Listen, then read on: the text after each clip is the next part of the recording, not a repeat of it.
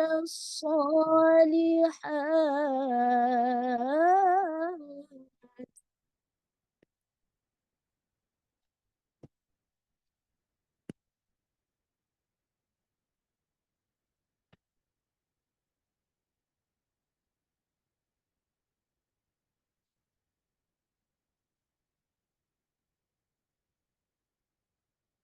الذين يعملون الصالحات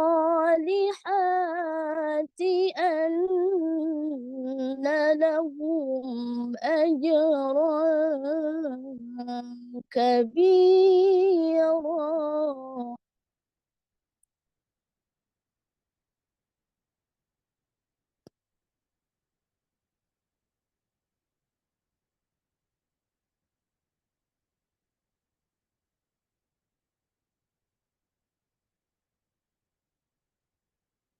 الذين يعملون الصالحات أن لهم أجرا كبيرا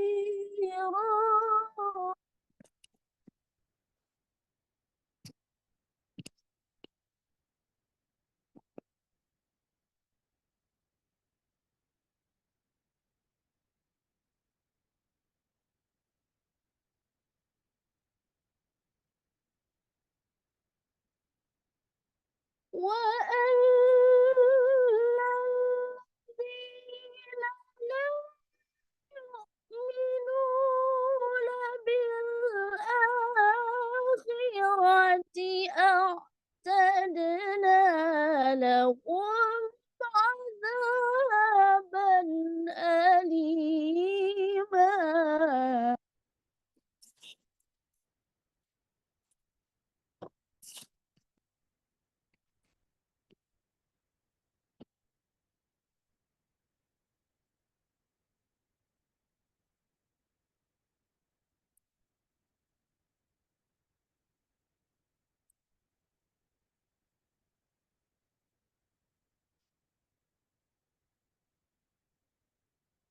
وأن الذين لا يؤمنون بالآخرة أعتدنا لهم عذابا أليما صدق الله العظيم اللهم صل وسلم وبارك عليه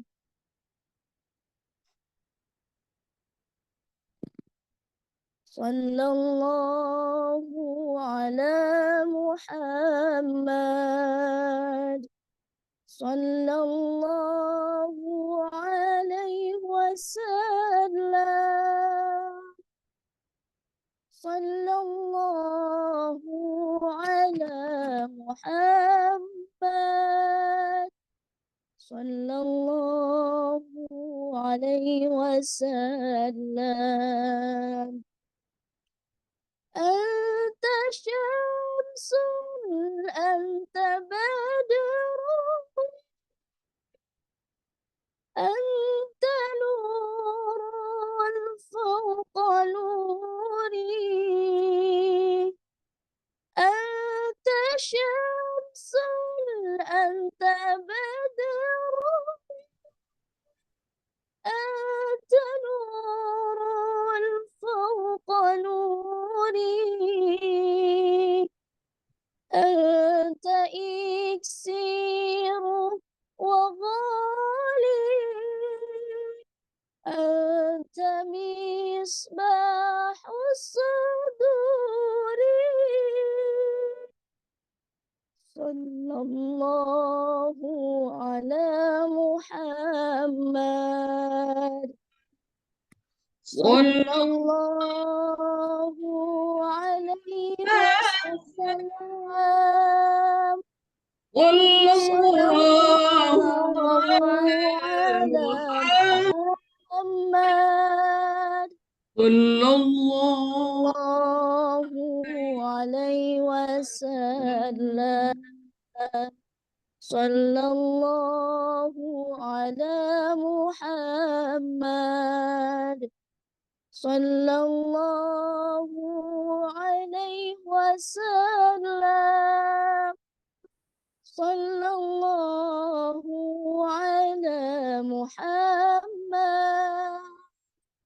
Sallallahu alaihi wasallam. Allahumma salli wa sallim wa barik alaihi. Assalamualaikum warahmatullahi wabarakatuh. Waalaikumsalam warahmatullahi wabarakatuh. Terima kasih Neng Hilmi. Mudah-mudahan apa yang dibacakan mendapat pahala bagi yang membaca dan umumnya bagi kita yang mendengarkan. Acara yang selanjutnya dilanjut oleh sambutan langsung sama Teteh aja Teh. Iya. Mohon mangga dipersilahkan kepada Ibunda Haji Imas Masitoh yang tercinta. Terima kasih. Assalamualaikum warahmatullahi wabarakatuh. Alhamdulillahi rabbil alamin. Subhanaka la ilma lana illa ma 'allamtana innaka antal alimul hakim. Maha suci Allah dan segala puji hanya bagi Allah yang telah memberikan kepada kita semua pada pagi hari ini rahmat, taufik, dan hidayahnya, sehingga kita tetap bersemangat untuk bertolabul ilmi dan bersilaturahmi. Tak lupa sholawat, salam setiap saat kita sampaikan keharibaan makhluk termulia, pemimpin agung dunia akhirat, Nabi Muhammad Sallallahu Alaihi Wasallam, yang kita nantikan syafaatnya di yaumul qiyamah. Asatidzah yang tercinta, permohonan maaf yang mendalam dari PP HMT Ibu Hajah Nuriyati Murtado pada pagi hari ini. Dari PP HMT tidak ada yang memberikan sambutan karena beliau lupa katanya. Mohon dimaafkan. Bagian yang kedua, saya sangat bangga dengan semangatnya seluruh pengurus dan anggota HMT Jawa Barat, sehingga kewajiban kita bertolabul ilmi tidak pernah putus, khususnya pada setiap minggu atau ahad jam 5.00 sampai jam 7, kadang-kadang lebih, saking semangatnya. Bagian lain yang terpenting bahwa pertemuan kita hari ini, yang pertama kita akan menggali ilmu dan nampaknya nyambung dengan apa yang disampaikan oleh Dr. Hani Rono pada minggu yang lalu tentang penyakit. Penyakit itu ada penyakit lahir, ada penyakit batin. Sebagaimana yang kita ketahui bahwa manusia itu terdiri dari jasmani dan ruhani. Dan ruhani itu ada hati atau kolbu, ada ruh, ada akal. Nah, nanti mungkin dijelaskan secara gamblang. Kalau bicara ruh, kata Allah, kulir ruhu min amri rabbi wa ma utitum minal ilmi illa qalila. Jadi kita dalam kaitan dengan ruh, itu hanya Allah yang mampu mengurai siapa kita. Kita sendiri tidak mampu, kecuali sedikit saja. Judul yang akan disampaikan oleh Neng Dr. Hajah Hannah MAG pada pagi hari ini dan sudah disebar ke Facebook, Instagram, dan lain-lain, dan akan direkam oleh Neng Nurul untuk dimasukkan ke YouTube, sehingga kita punya data yang valid dan bisa diputar kapan saja dan bisa dinikmati oleh seluruh manusia di dunia ini tentu saja. Judulnya sangat menarik, menyembuhkan jiwa, atau bahasa Inggrisnya Healing the Soul. Nah, Neng Neni itu judulnya. Jadi bicara tentang menyembuhkan jiwa. Lalu sebenarnya kalau penyakit yang terkait dengan penyakit rohani itu bagaimana? Kita kan ada rasa sombong, rasa merasa pinter ya. Nah, itu adalah penyakit-penyakit hati. Kemudian iri hati. Lalu ada sifat pamer. Itu juga penyakit hati tuh. Malas juga penyakit hati. Kemudian tentu kita harus mengobatinya dan nanti akan disampaikan. Lalu berkaitan dengan bagaimana menyembuhkan jiwa ini. Karena banyak orang yang setelah banyak masalah gitu, mungkin punya suami, suaminya selingkuh, itu kan stres, gangguan mental, kemudian depresi. Nah, nanti dijelaskan itu. Ada depresi mayor, kemudian ada gangguan kecemasan. Kenapa hati menjadi resah terus gitu? Apa resahnya karena nggak punya uang atau resahnya karena faktor-faktor yang lainnya? Bagian yang terakhir, kepada seluruh PCHMT se-Jawa Barat, bahwa kita sudah deal dengan Kiai Maman Imanul Haq, anggota Komisi 8 DPR RI dari fraksi Kebangkitan Bangsa akan berikan pelatihan dakwah digital yang tentu saja kita mau tidak mau, suka tidak suka, memang kita di era digitalisasi yang kita juga hari ini melakukannya. Kalau gaptek sulit kita untuk bisa membongkar, untuk bisa mendalami ilmu-ilmu pengetahuan yang tidak bisa terjangkau oleh kita. Dengan adanya kita melek digital, kita mampu merubah situasi menjadi lebih baik. Dan dari 27 kabupaten kota yang sudah memberikan laporan ada di grup, dan nanti yang sudah siap 5 dari 5 zona itu adalah zona 4, yaitu Kota Cirebon, Kabupaten Cirebon, Kabupaten Indramayu, Majalengka, dan Kuningan. Seluruhnya sudah menstorkan nama dan nomor HP untuk pelatihan yang pertama yang akan dilaksanakan setelah Kiai Maman pulang dari luar negeri ya. Nampaknya beliau lagi di Amerika. Tadi jam 1:30 beliau mau WA bahwa ketika saya WA itu beliau masih di luar negeri. Jadi begitu datang mungkin kita akan melakukan pelatihan yang pertama di Pondok Pesantren Al-Mizan Majalengka. Perlu diketahui bahwa pesertanya itu adalah terbatas dan terkhusus. Jadi tidak sembarang. Terbatas itu hanya 5 orang. Saya lagi melobi 6 dengan ketuanya, tapi kalau tidak berarti 5 termasuk ketua, jadi ketua-ketua semua itu wajib hadir ya di acara itu. Syukur-syukur ketua adalah orang yang juga melek IT, syukur. Jadi jangan hanya ngutus orang karena dekat, jangan hanya ngutus orang karena muda, jangan, tetapi bahwa ngutus orang yang mampu memahami teknologi, khususnya teknologi digital, kan nanti untuk merekam, untuk membuat konten. Nah, dan kita sudah diberi ruang atau sudah diberi apa ya? Ya ruangan di Grand Design-nya dakwah Kiai Maman ada di situ nanti Harokah Majelis Taklim Jawa Barat, klik. Nah, di situ kalau klik Sukabumi ada Teh Neni, ada klik Kabupaten Cirebon ada Ibu Haja Siti Roasih, klik Kabupaten Bekasi itu ada Neng Umah, klik Kota Depok itu ada Ibu Haja Helwana, klik Kabupaten Kerawang ada Nyai Khalifah dan seterusnya. Itu. Asatidzah yang tercinta, saya selaku Ketua PWHMT Jabar mengucapkan terima kasih yang tidak terhingga kepada Neng Neni beserta seluruh jajaran yang bertugas pada pagi hari ini, dan mohon nama-nama yang bersuara indah itu nanti di koleksi ya. Jadi nanti kirimkan ke Neng Nurul, kita akan bikin grup Ikatan Qoriah HMT Jawa Barat. Nanti dikumpulan di satu grup. Kita juga mengumpulkan yang biasa ceramah itu juga nanti ada grupnya. Yang biasa sholawat kita kumpulkan juga.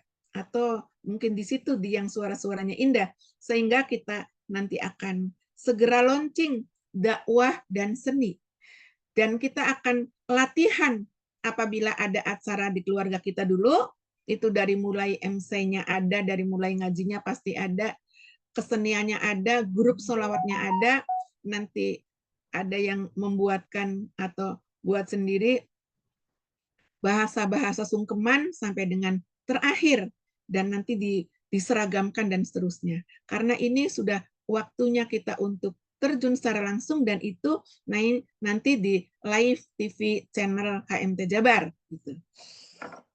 Bagian yang terakhir lagi, bahwa marilah kita terus semangat, karena hidup itu harus berubah menjadi lebih baik, dan manfaatkan waktu sebaik-baiknya, karena waktu tidak akan kembali. Dan itu adalah amanat Allah Subhanahu wa Ta'ala, agar kita menjadi orang yang beruntung, tidak menjadi orang yang merugi. Akhirnya, jazakumullah ahsanal jaza, terkhusus kepada yang bertugas hari ini, khusus kepada narasumber, Neng Dr. Hajah Hana MAG, yang akan memberikan ilmu kepada kita semua menyangkut tema menyembuhkan jiwa atau healing the soul. Hatur nuhun. Jazakillah wa jazakumullah ahsanal jaza wa afu minkum. Saya akan mengajak yel dulu. Siapa kita ya? Siapa kita? HMT. Harokah Majelis Taklim. mencerdaskan, mendamaikan, mensejahterakan. HMT Jawa Barat, tangguh dan juara. Satu kali lagi. Siapa kita? HMT. Harokah Majelis Taklim. mencerdaskan, mendamaikan, mensejahterakan. HMT Jawa Barat, tangguh dan juara. Allahul muwaffiq ila aqwamit thoriq. Wassalamualaikum warahmatullahi wabarakatuh. Waalaikumsalam. Waalaikumsalam Warahmatullahi wabarakatuh. Pak Romai. Terima kasih kepada Teh Imah yang selalu semangat, sehingga kita pun ikut semangat juga. Terima kasih semuanya. Kemudian langsung aja Teteh ini dilanjut Ya, sama langsung saja. Ya. Sudah hadir narasumbernya dari tadi. Ya. Mangga dipersilakan kepada Neng Cantik, Neng Hana untuk materi tentang healing the soul. Iya. Terima kasih Teh Neni Nurhayati sebagai moderator pada pagi hari ini. Assalamualaikum warahmatullahi wabarakatuh. Waalaikumsalam warahmatullahi wabarakatuh. Alhamdulillah, nahmaduhu wa nasta'inuh wa na'udzu billahi min sururi anfusina wa min sayyiati a'malina. Ma yahdillahu fala mudhillalah wa ma yudlilhu fala hadiyalah. Assalatu wassalamu ala Rasulillah wa ala alihi wa ashabihi wa mawalah. Amma ba'd. Yang terhormat Ketua PW Harokah Majelis Taklim Jawa Barat, Umi Dr. Hajah Imas Masitoh M. Nur MH, yang tadi sudah memberikan sambutan, beserta seluruh pengurus Harokah PW Harokah Majelis Taklim se-Jawa Barat, juga Sekretaris HMT Jawa Barat, Hajah Evi Fatimah MAG, yang saya hormati pula pembina PW Harokah Majelis Taklim Jawa Barat, Profesor Dr. Hajah Imas Rosidawati SHMH. Tentu saja saya juga menghormati pembina Harokah Majelis Taklim, yaitu Dr. Hajah Ida Fauzia MSI, beserta Ketua Umum PP Harokah Majelis Taklim, Ibu Hajah Nuryati Murtado, yang pada kesempatan pagi ini belum bisa bersama-sama dengan kita. Saya menyapa juga seluruh pengurus Harokah pimpinan cabang Harokah Majelis Taklim se-Jawa Barat, yang alhamdulillah di sini sudah 42 ya Umi ya yang hadir. Juga saya ingin menyapa sekarang alhamdulillah dari Tasikmalaya ya, ada Ustazah Dr. Anda Imas Nurjana. Assalamualaikum. Subhanallah. Kemudian tadi yang memimpin ada Ustazah Hajah Ela Nurlaila dari HMT Sukabumi beserta para santriwatinya. Kemudian saya menyapa dari Indramayu Ustazah Yayah Jumrotun. Alhamdulillah ini juga sangat rajin Umi ya. Saya lihat setiap minggu selalu hadir di awal. Kemudian dari Tante HMT Supina juga selalu hadir ya, awal. betul, Ibu Rukminah, kemudian dari HMT Jawa Barat, Ustazah Iis Masruroh, kemudian dari Ustazah Khozainul Khoiriyah dari HMT Kabupaten Bogor, kemudian saya menyapa juga eh, Ustazah Hajah Islahiyah dari Cirebon ya, dari Ustazah Hajah Anis Fuadah HMT Kabupaten Bogor, kemudian dari HMT mana lagi Karawang, Alhamdulillah juga hadir ya, dari HMT Karawang hadir dan mohon maaf saya tidak bisa menyebutkan satu persatu Ustazah dan hadirin sekalian yang sudah hadir di Zoom. Namun insya Allah tidak mengurangi rasa sayang saya, tidak mengurangi rasa hormat saya kepada para hadirin semuanya. Puji syukur mari kita sampaikan kepada Allah Subhanahu wa Ta'ala. Alhamdulillah berkat nikmatnya yang sangat besar pada kita, yaitu nikmat iman dan Islam. Sehingga kita bisa hadir di tempat yang penuh berkah di Zoom online ini. Dan ini pun karena nikmat sehat. Karena kalau tidak nikmat sehat, mungkin habis maghrib, habis subuh kok maghrib. Habis subuh pengennya tidur lagi ya Umi ya gitu. Tapi alhamdulillah karena diberikan kesehatan dan tadi mudah-mudahan yang sakit Allah segera berikan kesembuhan. Yang ada dalam berbagai permasalahan Allah berikan jalan keluar dan solusi yang segera. Yang bagi yang sedang ada dalam kesempitan rizki, mudah-mudahan Allah segera berkahkan rizkinya, anak putra-putrinya dijadikan putra-putri yang soleh dan solihah, kemudian juga pasangannya yang sudah memiliki pasangan menjadi pasangan yang soleh, dan bagi yang belum, mudah-mudahan Allah segera memberikan pasangan yang soleh dan solihah, karena laki perempuan semua ya, berarti soleh ya. Baik, hadirin sekalian, mungkin kepada Neng Nurul, apakah saya bisa dijadikan host, Neng? Biar gampang men-share ini ya, men-share Sudah bisa, Teh. Sudah bisa. Oke, baik. Iya. Sudah terlihat hadirin sekalian? Sudah ya? Sudah. Oke, baik. Iya, pada kesempatan subuh ini meneruskan materi yang disampaikan oleh Dr. Hanirono kemarin. Maka hari ini kita akan mencoba mengkaji bersama terkait dengan menyembuhkan jiwa atau healing the soul. Di mana mungkin nanti ke depan ada 2 bagian yang akan saya sampaikan. Dan ini 2 bagian ini para ustadzah sekalian ya. Yang pertama kita akan mencoba memetakan kesadaran manusia dan selanjutnya kita akan mencoba memanage emosi. Jadi di sini lebih praktis mungkin ya, lebih praktis, lebih mudah bisa kita aplikasikan dari apa yang jadi menyambung materi dari Dr. Hanirono yang minggu lalu. Sholawat beserta salam mari kita sampaikan kepada junjungan kita Nabi besar Muhammad Sallallahu Alaihi Wasallam, kepada para keluarganya, para sahabatnya, para tabiin, para salafus sholih, dan juga para umatnya yang mudah-mudahan kita pun termasuk di dalamnya dan kelak mudah-mudahan mendapatkan syafaat darinya. Amin ya robbal alamin. Para ustadzah sekalian, ya sebetulnya kalau dibilang saya seperti menggarami air laut. Ya, menggarami air laut itu, air laut tuh sudah asin, tidak usah digarami lagi gitu. Namun karena tadi, apa namanya, ini diamanahkan oleh, apa namanya, ketua kita tercinta Umi Imas, juga bismillah dalam rangka belajar, karena sampai kapanpun ya, kita ya, saya misalkan kita semua adalah santri, kita semua adalah murid gitu, dan, belajar itu memang minal mahdi ilal lahdi. Belajar itu dari sejak lahir sampai, liang lahat.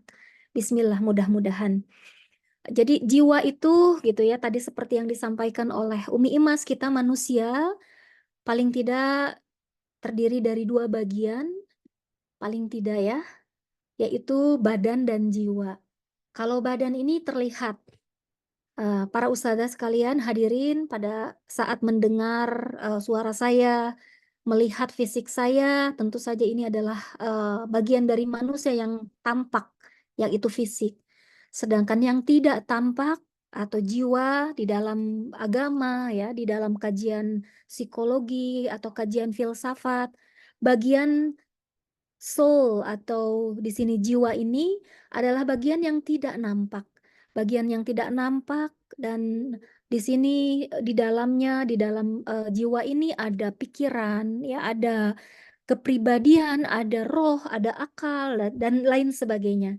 Namun mungkin di sini para ustadzah hadirin sekalian, saya tidak akan terlalu memaparkan apa namanya definisi secara ilmiah dari para ulama ya, dari para psikolog ataupun apa para filsuf misalkan terkait definisi jiwa, hanya secara sederhananya adalah sesuatu yang tidak terlihat dari diri manusia, namun sesuatu ini sangat menentukan kondisi seseorang manusia tersebut. Baik. Nah, di sini jiwa di dalamnya juga sering disebut mental. Kita lihat para ustadzah dan hadirin sekalian, ternyata jumlah penderita penyakit mental di Indonesia per tahun 2021, bayangkan dari 250 juta jiwa, 20% ini menderita penyakit mental. Ya, jiwanya ini ada dalam kondisi yang sakit. Apakah persentasenya ini ringan, sedang, bahkan sampai akut? Artinya kalau kita bertemu dengan siapapun ya, di pasarkah, di tempat pekerjaan, mungkin di majelis taklim, ternyata dari 5 orang, 1 orang itu terkena penyakit mental. Dan ini cukup apa ya, cukup meresahkan dan ini tantangan bagi kita semua sebagai para ustadzah di Haroka Majelis Taklim, juga yang hadir di sini tentunya. Seperti apa sebetulnya gitu penyakit mental ini? Di sebelah mana dan seperti apa gitu ya, bagaimana menyembuhkannya? Maka tadi insya Allah ada 2 bagian yang tadi saya sampaikan, kita akan mencoba memetakan terkait kesadaran manusia, kemudian terkait memanage emosi. Baik para ustadzah sekalian yang dirahmati oleh Allah, di sini ada akarnya, ada akar dari 5 penderitaan hidup.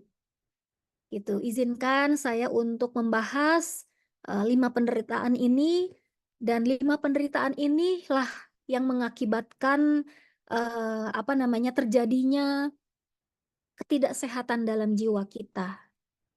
Yang pertama adalah menaruh kebahagiaan di mulut orang lain.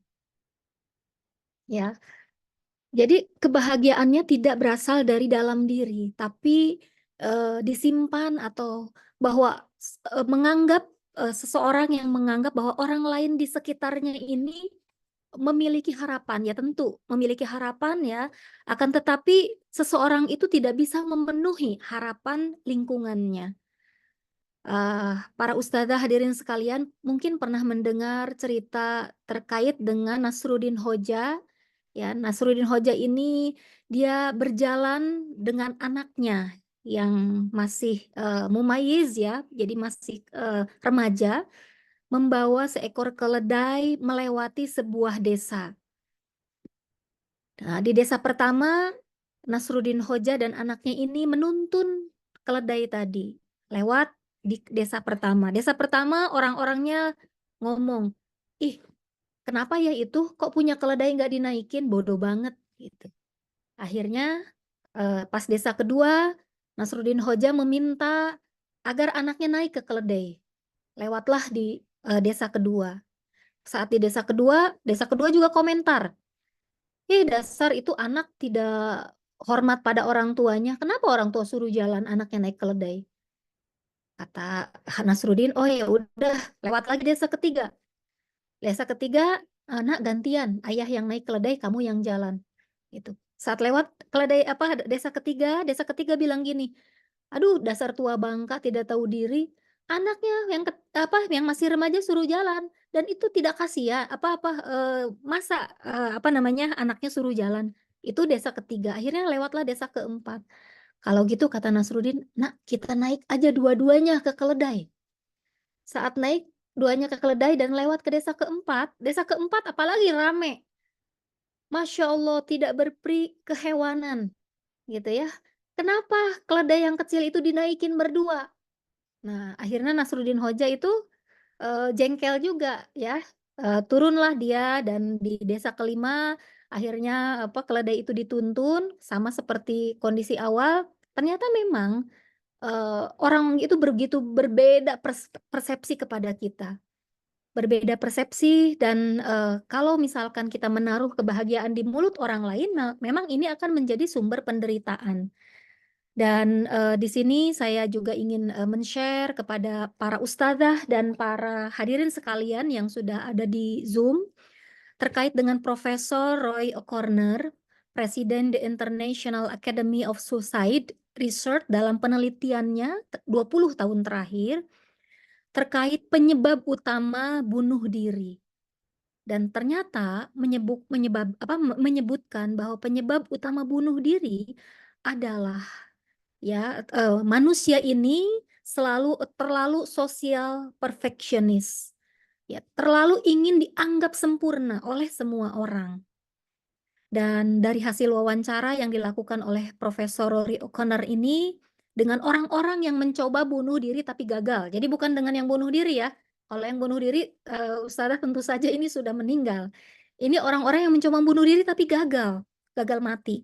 Dia menemukan bahwa mereka mencoba bunuh diri karena mereka menyangka bahwa mereka tidak bisa memenuhi harapan dari keluarga, dari orang-orang terdekat.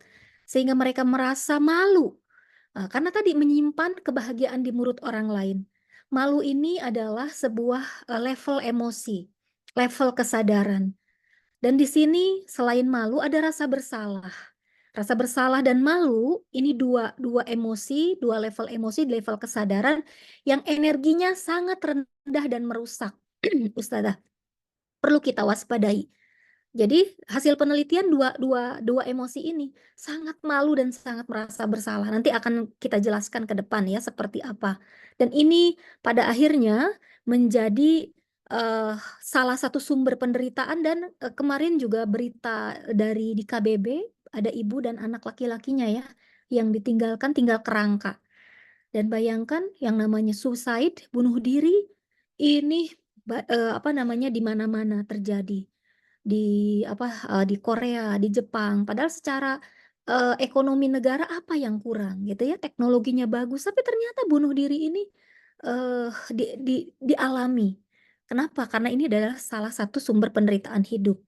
Kemudian yang kedua, jadi ini orangnya rempong biasanya ya, menaruh kebahagiaan di mulut orang lain itu rempong gitu.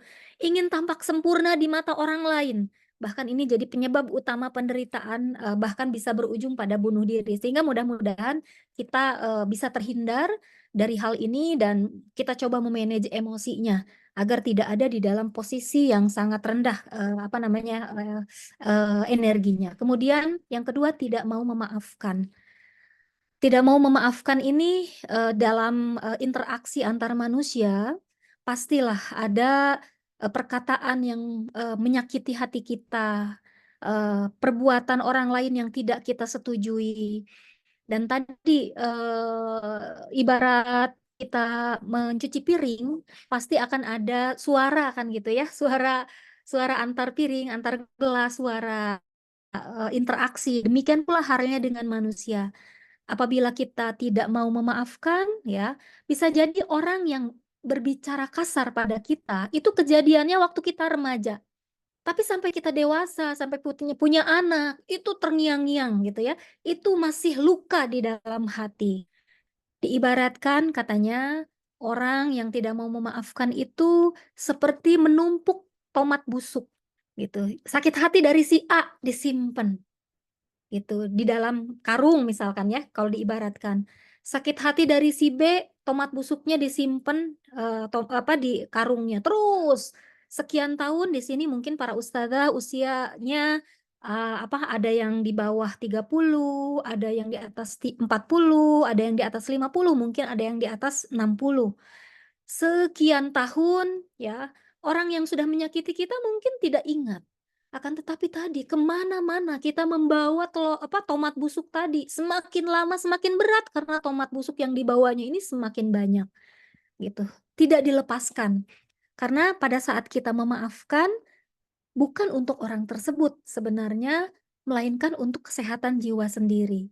Melepaskan ya, melepaskan dan tidak mau memaafkan ini bisa jadi karena emosinya benci, emosinya marah. Nah, kita juga akan coba petakan nanti. Kemudian penderitaan yang lain, yang ketiga, ya ini penyebabnya adalah menyesali masa lalu. Kunaonnya harita teh, misal kenapa ya saat itu saya tidak memilih ini, kok memilih itu, gitu. Padahal kejadiannya sudah lalu. Nah, bet saya teh misalkan kalahkan nerima lamaran si A lain si B, gitu.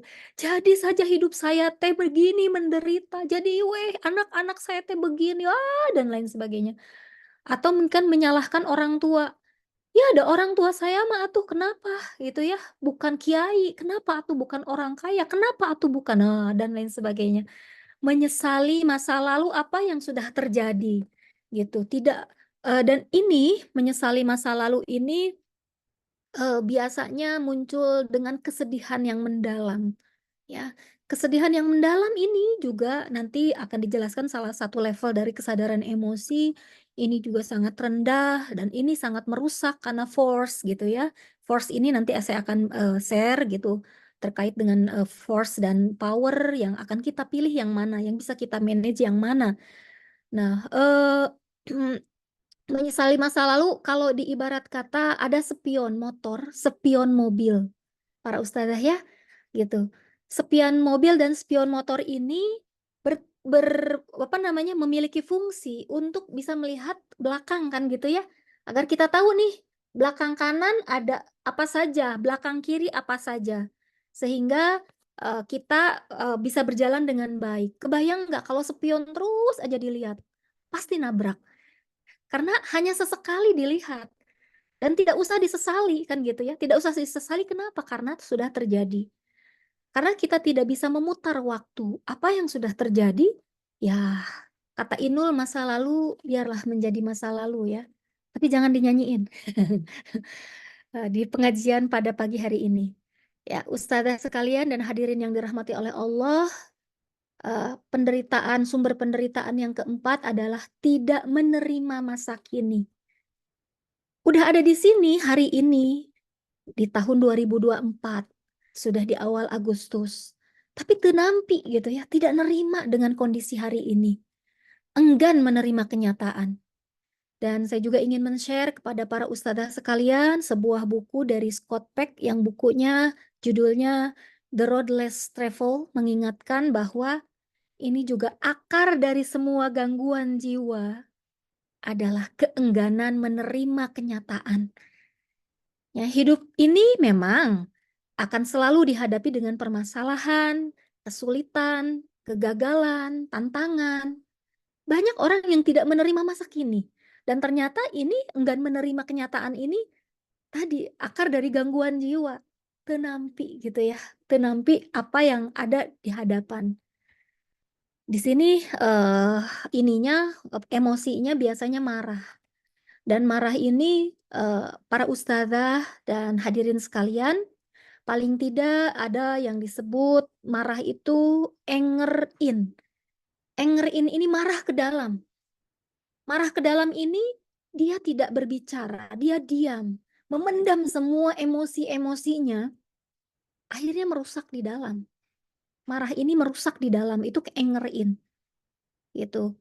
Kenapa? Ya di rumah seorang ibu misalkan marah sama suaminya, marah sama anaknya tapi tidak mengekspresikan.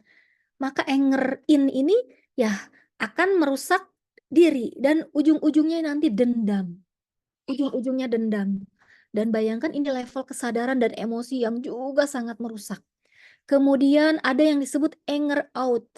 Kalau anger out ini tidak menerima masa kini marah, tapi dengan ekspresi keluar, mungkin dengan melemparkan barang-barang, mungkin dengan memukul pasangan, ya banyak KDRT ya dilakukan kebanyakan oleh laki-laki, tapi juga perempuan pun ada yang melakukan, misalkan tidak hanya sebagai korban, tapi juga ada yang jadi pelaku. Intinya anger out ini merusak keluar. Dirinya memang mungkin secara emosi rilis, terbebas, tapi hanya saat itu karena pasti diikuti dengan penyesalan. Dan ini juga emosi yang sangat buruk. Dan ada yang ketiga yang namanya anger control. Anger control ini adalah kemarahan yang dikontrol. Bukan nggak boleh, boleh. Akan tetapi harus dikontrol dan tidak berlama-lama di situ karena manusiawi sekali. Seseorang marah itu manusiawi. Tidak bisa disangkal, iya saya marah pada saat ada orang yang zalim pada kita. Pada saat ada orang yang berbuat buruk pada kita. Justru kalau ada yang berbuat buruk zalim pada kita tidak marah, kita tidak bereaksi. Mungkin emosinya sudah mati juga gitu ya. Akan tetapi di-manage dengan anger control. Sumber penderitaan yang selanjutnya adalah khawatir terkait masa depan. Aduh, kumahanya si Neng jeung si Aa teh kapayun. Bagaimana nanti ya, misalkan sedangkan tagihan itu nanti misalkan seminggu lagi sudah jatuh tempo kan gitu ya. Nah, jatuh temponya seminggu lagi, bingungnya hari ini. Gitu ya. Bingungnya hari ini sehingga semua kebahagiaan, ketenangannya ini digadaikan untuk hal yang belum terjadi. Ya, ini khawatir dengan masa depan ini juga tadi ustazah sekalian adalah sebagai bentuk dari ketakutan ya, ketakutan fearness, dan ini juga adalah emosi-emosi yang merusak sehingga wajar. Bayangkan, jadi orang yang disebut terganggu mental ini bukan orang yang di rumah sakit jiwa saja, bukan. Akan tetapi tadi kenapa dianggap dari 1 orang mengalami gangguan mental, gangguan jiwa, ini dalam skala ringan, sedang sampai tinggi. Dan ini 5 ini sering dianggap sebagai akar penyebab penderitaan. Tuh. Lanjut, ini para ustadzah sekalian, kita langsung masuk ke level kesadaran ya. Kesadaran manusia ini ada level-levelnya.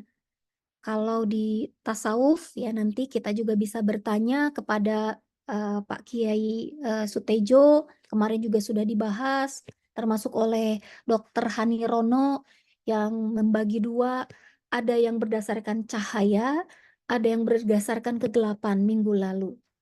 Kalau ini berdasarkan psikologi positif, jadi ini disebut power and force yang diteliti. Ini adalah disertasinya dari Thomas Hawkins ya.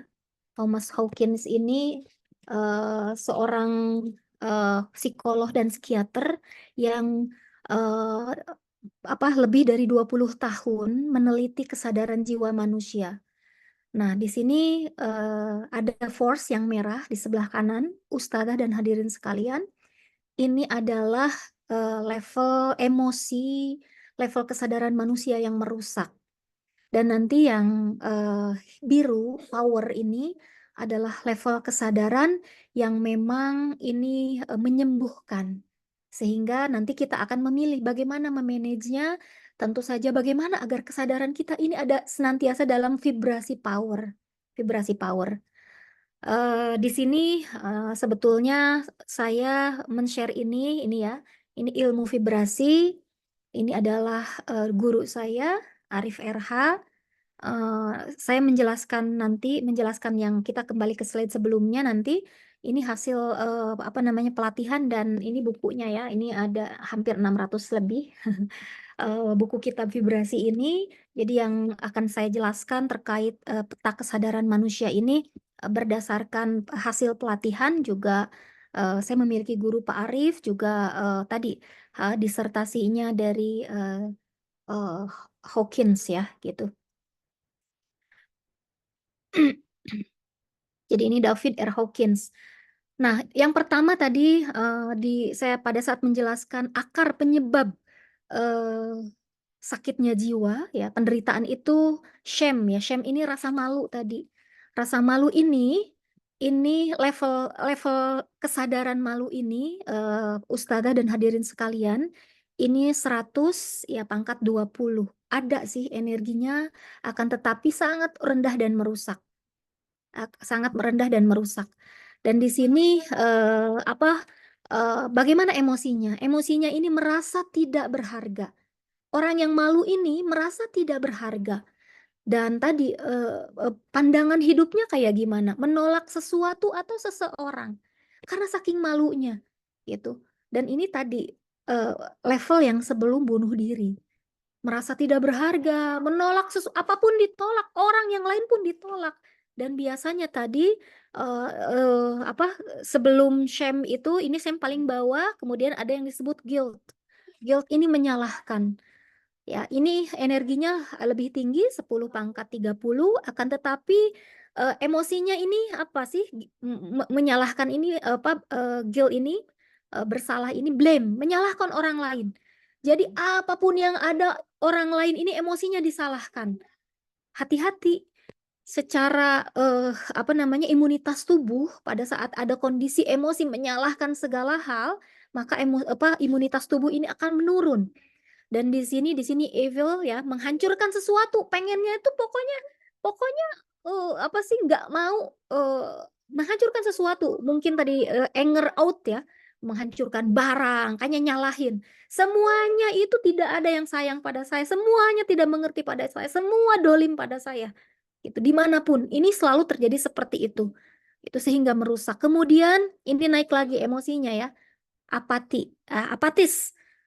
Ya, apatis ini rada mending. Apatis ini nggak mau ngapa-ngapain, udah di kamar aja, nggak mau ketemu orang, gitu ya. Putus asa. Tapi agak mending dibandingkan tadi ya, guilt, bersalah dan malu. Di sini 10 pangkat 50. Pengennya itu apati ini, putus asa, despair, hopeless, putus asa, menyerah. Dialah dah saya mah atuh, apa atuh dah saya mah apa atuh. Dah saya mah apa atuh kan gitu. Padahal tadi kita itu adalah makhluk rohani. Allah sudah meniupkan ruh pada diri kita.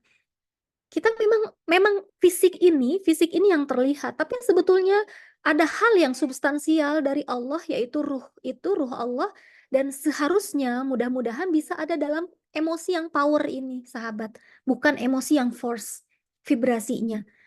Ya. Kemudian meningkat lagi nih grief. Grief ini apa? Kesedihan mendalam. Ya, kesedihan mendalam ini emosinya 10 pangkat 75. 75 ini jadi pangkatnya ya. Kesedihan mendalam itu apa? Regret. Regret itu menyesali. Tadi ya, menyesali masa lalu. Disesali apapun atau ya Allah, kenapa aku teh punya anak kayak gini? Kenapa anak aku teh? Kenapa suami aku teh gitu ya? Kesedihan mendalam. Bagaimana pandangan hidupnya? Sangat tidak bahagia, tragis. Sangat tidak bahagia. Sehingga tadi sangat-sangat rendah dan ini merusak. Kemudian beralih ke atas, fear, takut. Takut ini lumayan, 100 pangkat 100 level emosinya. Bentuk emosinya apa? Anxiety, kecemasan atau khawatir. Khawatir tadi, khawatir akan masa depan, bisa ini terkait dengan masa depan. Saya takut, gimana ya, tidak bisa, gimana ya, dan lain sebagainya. lupa bahwa tadi dalam jiwanya ini ada ruh Allah, lupa bahwa kita bisa bergerak, kita bisa bernafas, apapun bukan diri kita melainkan Allah. Sangat tidak bahagia ya ini dalam hidupnya. Frightening itu seperti menarik diri ya. Fear itu menarik diri dari berbagai hal. Mungkin dia keluar dari semua WAG. Mungkin dia dijapri sama semua orang, dia itu tidak mau ikut serta. Sebetulnya emosi dasarnya adalah emosi dasar kekhawatiran. Karena saat ketemu dengan saat ikut majelis taklim, saat ikut pengajian, tadi selalu aja kan ada omongan orang yang nggak pas misalkan ya. Dia khawatir, nanti saya jadi alim ngiring harokah majelis taklim, alim ngiring majelis taklim dimanapun. Mungkin nanti ya mohon maaf bisi rooming ya. Nanti saya akan mendengar perkataan orang lain yang menyakiti hati saya, sehingga dia menarik diri, gitu ya. Tidak pede, gitu. Tidak pede menarik diri. Kenapa? Karena sebetulnya emosi dasarnya adalah rasa takut, ya, atau fear. Kemudian naik ke atas nih, naik ke atas level kesadaran manusianya ini lumayan sudah 100 pangkat 125. Karena ieu teh naon sih 100 pangkat 125 ini vibrasinya, dan ini ada alat yang mengukurnya. Para ustadzah dan hadirin sekalian, saat pelatihan saya pun diukur, dan tadi nanti akan dijelaskan ke depan ya bagaimana caranya dengan menggunakan memanage emosi. Jadi di sini kita sampai pada desire. Desire ini hasrat ya. Hasrat ini craving itu melebihi dari lapar. Craving ini seperti keinginan yang kuat. Keinginan yang kuat itu ambisius, melekat. Pokoknya kumaha carana agar saya itu misalkan, jadi beda nanti optimis dengan dengan kemelekatan. Itu kemelekatan misalkan tidak dipanggil ustazah atau tidak dipanggil hajah misalkan, marah kan gitu ya. Saya akan capek-capek ke Mekah misalnya. Ada kan gitu ya. Nah, ini bentuknya ini bentuk dari emosi levelnya ini level keinginan, desire, yang bentuk emosinya adalah keinginan kuat atau ambisi untuk mendapatkan pengakuan dari orang lain. Sehingga craving ini betul-betul harus ada validasi dari orang lain. Kalau tidak ada validasi dari orang lain udah lemes semuanya gitu. Dan ini juga tapi merusak tapi lumayan. Nah, ini live view-nya disappointing, ini diperbudak nantinya, diperbudak oleh hal-hal yang memang di luar diri ya. Kemudian anger itu marah tadi ya. Marah ini lumayan 100 pangkat 150. Bentuk emosinya hate, benci ya. Benci ini akhirnya juga agresif. Kemudian pride ini di 100 pangkat 175. Pride ini apa sih? Bangga atau sombong. Tadi seperti kata Umi Imas. Ini juga sebetulnya merusak. Kenapa? Karena tadi kita tidak bisa memakai baju kebesaran yang diberikan oleh Allah. Ya, hanya Allah yang berhak berlaku sombong, berlaku kohar, berlaku Al-Jabbar kan gitu ya, nama-nama Allah. Kita tidak berhak memakai itu, sehingga tadi orang-orangnya menjadi agresif, menyerang sombong ya, demanding ini pokoknya butuh pengakuan, butuh validasi dan sangat sombong. Nah, orang-orang yang ini level vibrasi ini orang yang menyakiti orang lain, ya, orang yang menyakiti orang lain itu biasanya ada dalam kondisi force, mungkin dia sedang marah, ya, sedang marah. Sehingga tadi kalaupun ada energi negatif yang dikirimkan oleh kita kepada kita oleh orang lain, apakah misalkan dalam bentuk dipercaya oleh masyarakat magic, santet atau apapun, sebetulnya orang yang melakukan itu dalam kondisi marah pada kita, kondisi benci sama kita. Sehingga kalau kitanya ada dalam kondisi yang merasa malu, merasa bersalah, apatis, kesedihan yang mendalam, takut, ambisi melekat, ya bisa kena.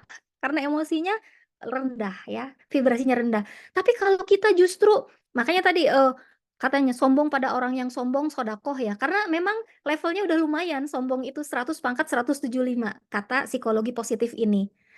Tapi nggak mau lah, karena bagaimanapun juga itu merusak force ini. Kita masuk ke level kesadaran yang lain, yaitu courage ya. Courage ini lumayan 200 sampai 200 pangkat 100 pangkat 200. Ini sudah sangat baik ya. Courage ini berani ya, berani berani apa? Bedanya berani dengan takut itu jadi kalau berani kalau takut kan ingin menghindari sesuatu ya. Kalau berani ini mau menghadapi sesuatu, bersedia menghadapi sesuatu. Dan di sini bentuknya afirmasi. Ya, afirmasi ini menerima, nampi, menerima segala hal.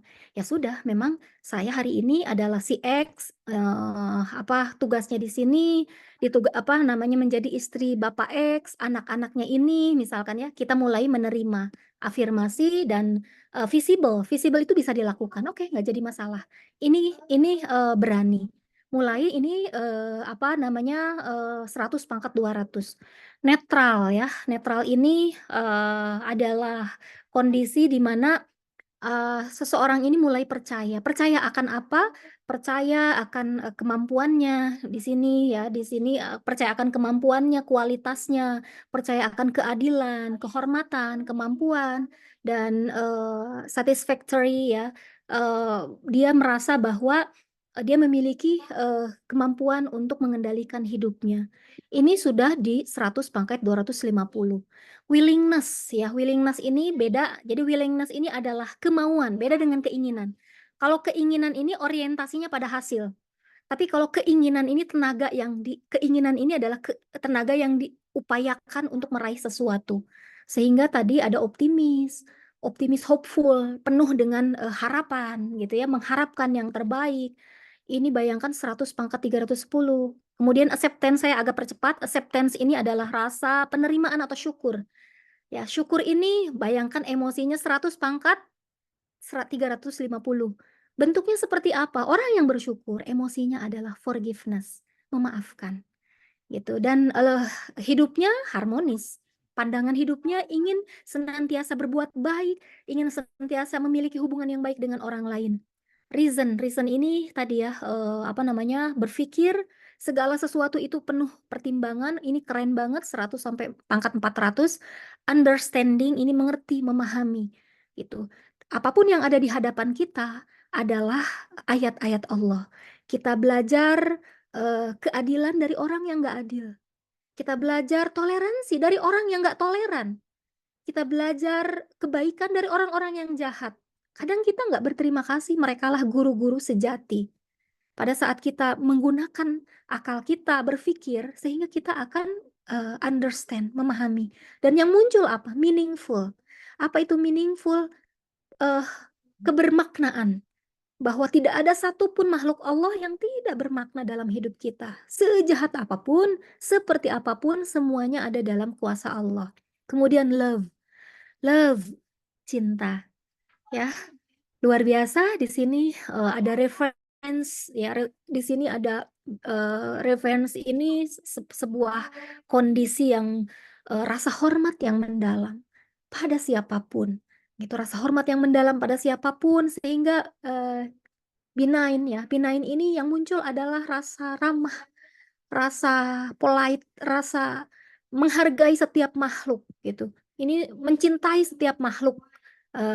Kemudian joy ini sukacita. Peace, damai, enlightenment. Nah, bayangkan tadi, makanya enlightenment ini hanya ada dalam tingkatan nabi dan wali, memang tercerahkan. Emosinya ini tak terlukiskan. Orang yang damai saja, orang kiai misalkan ya, kiai yang betul-betul memiliki ilmu hikmah yang memang soleh gitu ya, ini luar biasa. Bliss itu kebahagiaan luar biasa dan perfect. Kita deket aja, dia nggak ngomong, kita deket aja udah adem. Pernah ya mungkin Ustazah ya melihat seperti itu. Ada orang-orang, karena apa? Level kesadarannya sudah tinggi. gitu. Oke, next. Ini ya tadi apa yang saya sampaikan ini adalah hasil pelatihan dengan Pak Arif RH tahun 2022 ya. Kemudian, nah, bisakah kita memanage emosi? Kita next ke pembahasan selanjutnya. Tadi peta kesadaran, tentu saja bisa. Tentu saja bisa, dan saya mencoba memberikan sebuah teknik kepada para ustadzah dan hadirin sekalian dengan yang disebut SEF, Spiritual Emotional Freedom Technique. Dan saya mengikuti pelatihan ini 11 tahun lalu, 2013, ya awalnya untuk diri, dan nanti pada akhirnya di 2017 saya certified sebagai self healing trainer 2017, dan kemarin di 2023 saya pun mendapatkan certified NSP untuk coaching ya, karena tadi guru saya Teh Hirniki Fahazeva juga adalah seorang coach. Maka saat saya interaksi dengan dia, saya pun mengikuti berbagai pelatihan yang diikuti oleh beliau, coach saya, dan alhamdulillah sampai pada tingkatan mendapatkan sertifikat ini. Jadi artinya apa yang saya sampaikan ini, para ustadzah dan hadirin sekalian, ini kalau dibilang riwayat ilmunya ini muktabaroh gitu ya. Jadi ada periwayatannya nyambung kepada yang membuat teori ini. Ini saya ya. Sanad keguruannya, Teh Iya, Dokter. sanad keguruannya ini saya pelatihan tadi 2013 dan 2017, ini guru saya Dani Hernowo, dan ini adalah Bapak Ahmad Faiz Zainuddin, ini juga penemu chef di Indonesia. Dan Steve Ahmad Faiz, saya dilatih langsung oleh Pak Dani, dilatih juga oleh Pak Faiz dilatih oleh Steve Wells, Steve Wells dilatih oleh Gary Craig dilatih oleh Roger Callahan dilatih oleh John Diamond, dan John Diamond dilatih oleh George Goodhart. Itu langsung saja. Nah, ini dasar dari chef ini, para ustadzah dan hadirin sekalian. Ini memang saya tidak akan bahas satu-satu karena ada 15 teknik yang membuat chef ini sederhana tapi efektif. Hanya ada 3 teknik yang ingin saya sampaikan ya. Nanti ada praktek juga, ada energi terapi, ada powerful prayer, ada loving kindness terapi. Energi terapi ini tadi berbasis pada peta kesadaran yang tadi saya sampaikan. Peta kesadaran yang saya sampaikan bagaimana ternyata ada energi di dalam tubuh kita. Dan itu kita bisa manage kalau kita kaitkan dengan agama, kaitkan dengan tasawuf, betul sekali bahwa jangan sampai kita ada dalam kondisi nafsu lawamah yang tadi. Ini adalah energi yang merusak gitu. Dan kita harus meningkatkan kondisi kesadaran kita dengan zikir, dengan mungkin juga ada yang melalui jalan thoriqoh ya dan lain sebagainya. Ini sebetulnya metode banyak sekali energi terapi ini ya. Powerful prayer. Nanti akan saya jelaskan juga itu doa yang powerful itu seperti apa, dan loving kindness therapy. Oke, next. Selanjutnya, ini 3 teknik yang paling penting di dalam chef, ada energi terapi, powerful prayer, dan loving kindness. Di energi terapi di sini para ustadzah hadirin sekalian pernah tahu ya ada titik meridian dalam tubuh. Titik meridian dalam tubuh ini sehingga titik energi kalau ada di akupuntur atau akupresur ada 316. Susah ngafalinnya ya, gimana 316 dihafalin. Nanti saya akan membagi di sini hanya cukup 9 saja yang bisa kita lakukan gitu ya untuk mencoba men-switch dari emosi yang merusak kepada emosi yang paling tidak menenangkan diri, minimal netral, agar kita tidak lama-lama derita ya. Jadi beda nanti antara derita dan penderitaan. Marah adalah derita. Akan tetapi kalau marah aja itu jadi penderitaan, dikukut marahnya gitu ya. Gitu. Sedih adalah derita dan wajar kalau seseorang mengalami derita. Tapi kalau sedih terus itu adalah penderitaan gitu. Kita coba tekniknya nanti. Dan di sini ya di energi terapi para ustadzah sekalian ini adalah satu otak manusia ya. Ini normalnya nih otak manusia kalau dipindai oleh EEG elektrosenfalogram ya. Ini harusnya warnanya biru semua. Ini normal dalam kondisi emosi yang stabil, yang damai. Ini normal tuh biru gitu ya. Kemudian di sini kita lihat, nah kenapa ini teh warna-warni? Ini adalah kondisi orang yang memang sedang mengalami sebelum mendapatkan treatment karena dia menderita anxiety ya, kecemasan yang berlebih. Jadi orang-orang yang dalam kecemasan berlebih kalau dipindai otaknya ini begini. Ini yang birunya cuma sedikit, kebanyakan adalah turquoise ya agak kehijauan, kemudian pink dan merah gitu. Karena kalau sudah turquoise ini udah mulai frekuensinya, disfungsinya mulai terganggu. Kalau pink ini sudah disfungsinya moderat, kalau red ini disfungsi di otaknya ini sudah sudah parah. Ini setelah 4 sesi di tapping ya, titik meridiannya ini mulai agak biru setelah 8 sesi dan setelah 12 sesi ini ternyata bisa normal kembali setelah dipindai.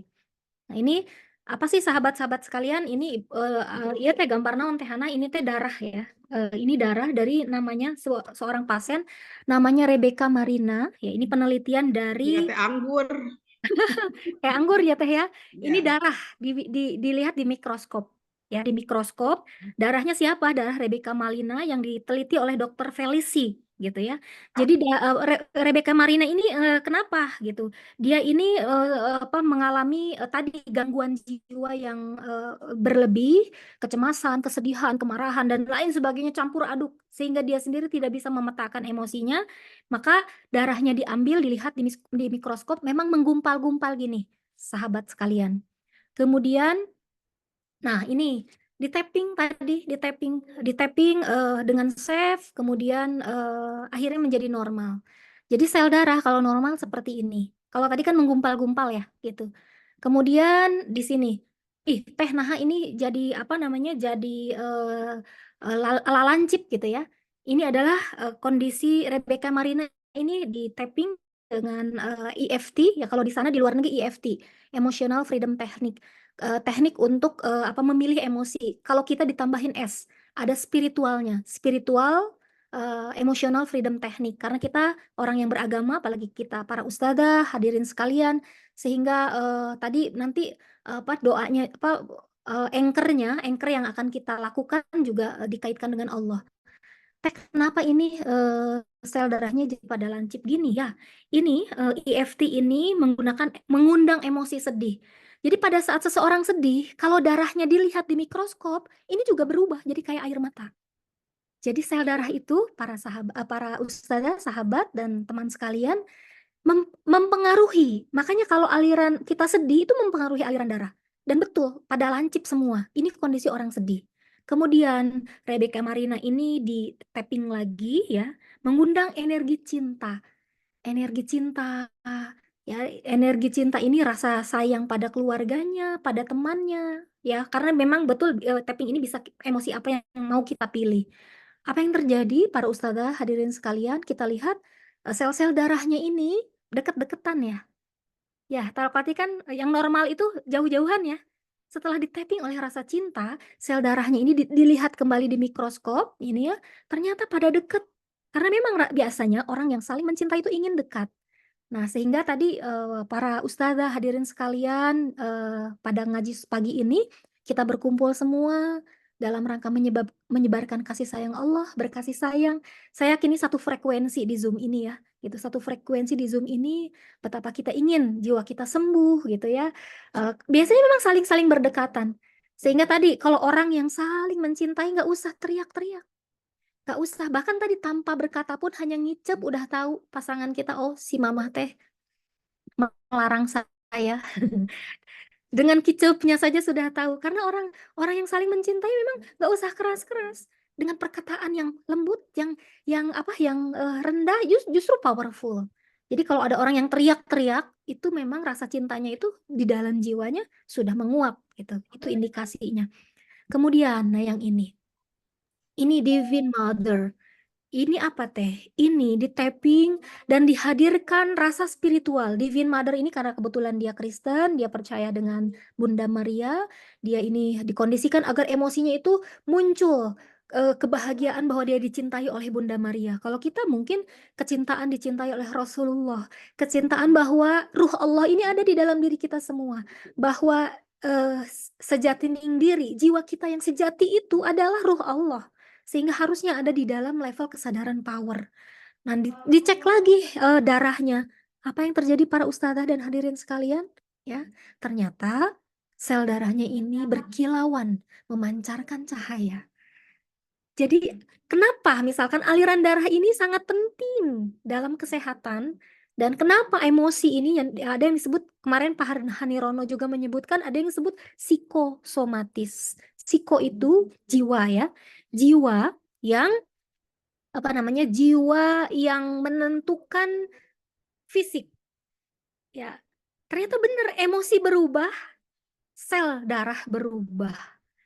Nah, kalau sel darah berubah lebih lancar, tentu saja lebih sehat. Pada saat seseorang jiwanya terganggu, ketakutan, khawatir, tadi kemelekatan dengan jabatan, kemelekatan dengan apa namanya perfect sosialisme perfect, ingin dan akhirnya kan ujung-ujungnya banyak yang pada akhirnya menjadi akar dari gangguan jiwa. Oke, kita langsung ke teknik yang kedua. Sehingga kenapa kita melakukan EFT tadi, ada energi terapi. Bahkan tadi kalaupun kita menggesekkan tangan gitu ya, gini, kemudian disatukan ini kayak ada sesuatu yang apa namanya terasa ya gitu. Karena ini tubuh manusia ini medan energi sebetulnya gitu. Powerful prayer teknik yang kedua. Insya Allah ini para ustadzah ini luar biasa ya gitu. Karena biasanya para ustadzah HMT, hadirin sekalian, para ustadzah HMT biasanya suruh ngaji ya, suruh doa. Ternyata yang powerful ini menyembuhkan. Nah ini Larry Dossey. Dia juga profesor, dia psikolog, psikiater yang mengatakan doa dan spiritualitas memiliki efek yang sama besar dalam penyembuhan dibanding dengan operasi dan operasi bedah. Ya, dari Larry Dossey ini apa namanya ahli bedah, mohon maaf dokter ahli bedah. Jadi dia itu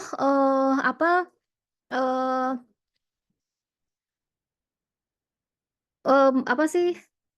Jadi satu titik saya lupa intinya bahwa saat orang-orang yang dibedah itu banyak yang meninggal dunia ya gitu sehingga dia melakukan percobaan agar orang-orang yang akan dioperasi itu didoakan oleh orang-orang yang nggak dikenal. Dia datang ke para kalau di sana karena Kristen ke gereja di mana biarawatinya suruh mendoakan si X gitu ya dan yang satu didoakan yang satu tidak. Apa yang terjadi? Yang didoakan itu tingkat keberhasilan operasinya itu cukup signifikan. Sehingga akhirnya dia menulis sebuah buku ya gitu. Nah, nulis sebuah buku Healing Words, kata-kata yang menyembuhkan. Prayer is good medicine. Doa adalah obat yang terbaik gitu. Dan ini salah satu dia orang Amerika bahkan tadi ada mata kuliah terkait dengan doa ini gitu, the power of prayer and practice medicine, dari bagaimana doa yang penuh powerful ini dan praktek-praktek penyembuhan. Ini dokter seperti Hanirono ya, tapi kalau Hanirono ginekolog, kalau dia ini ahli bedah ya, dokter bedah. Bahkan buku ini ya tadi ya menjadi di New York Times ini jadi bestseller. Kita mah biasa ya gitu Ustadzah Majlis Taklimah dan di Indonesia yang namanya doa itu biasa. Tapi tadi apakah powerful kan gitu ya. Kalau misalkan dalam kondisi jiwanya ini ada dalam kondisi kesadaran yang bagus tentu doanya akan powerful. Next. Doa dan penyembuhan. Ya powerful prayer. Doa juga tadi ada caranya yaitu dengan khusyuk, dengan tulus, dengan cinta. Gitu ya, dengan khusyuk, dengan tulus, dengan cinta, ini adalah 3 syarat bagaimana doa kita dikabulkan. Sehingga jangan sampai misalkan kita berdoa, ya Allah, sholat duha misalkan kita meminta rizki. Allahumma ingkana rizki fis sama'i fa'azilku ya Allah, kalau rizki itu masih di langit turunkan. Mulut kita berkata seperti itu, tapi hati kita takut. Ya Allah, di dompet dengan ayah 50.000, ya teh kumaha anak-anak. Nah, tidak sinkron antara yang diucapkan dengan level kesadaran kita. Karena yang berbicara nanti level kesadaran, emosinya ini yang keluar gitu. Yang sangat powerful adalah emosi, kesadarannya yang karena tadi tidak sinkron antara mulut dan hati. Bahkan hati ini energinya lebih kenceng ya, lebih kenceng 80% dari mulut. sehingga harus khusyuk, tulus, dan cinta. Saya cepat saja, ini kita praktis ya, ini save dari sisi apa ini ya. Ada 3 langkah Ustazah sekalian, ada 3 langkah. Contoh misalkan kita ada dalam kondisi, ini praktisnya saja, dalam kondisi lagi sedih, sesedih-sedihnya. Dan save ini tidak hanya bisa mengatasi, memilih emosi, tapi juga tadi saya katakan ini bisa juga menyembuhkan secara fisik. Ada 3 langkah, yang pertama setup, yang kedua tune in, yang ketiga tappingnya. Gitu. Tes naon setup teh doa. Gitu.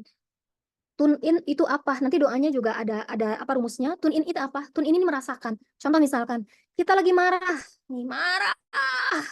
Marah itu levelnya 0 sampai 10. Dari 0 sampai 10 tolong dipilih. Mau level mana? Sedang sih, oke. Kalau sedang berarti saya marah sama si A tuh 5 misalkan.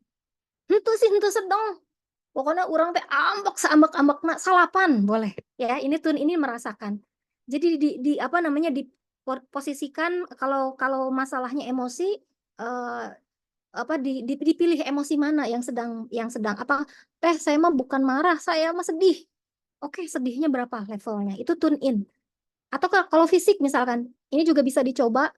Aduh, Neng nyeri waos. Nyut-nyutan gitu kan. Palih mana? Oh, wawas gigi bagian bawah misalkan.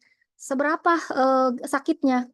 Nggak sakit banget sih misalkan di 6 lah misalkan. Itu di tune in ini sampai disadari berapa levelnya, apakah sakit fisik maupun psikis. Setelah itu kita melakukan tapping. Nah, ini dia setup ya.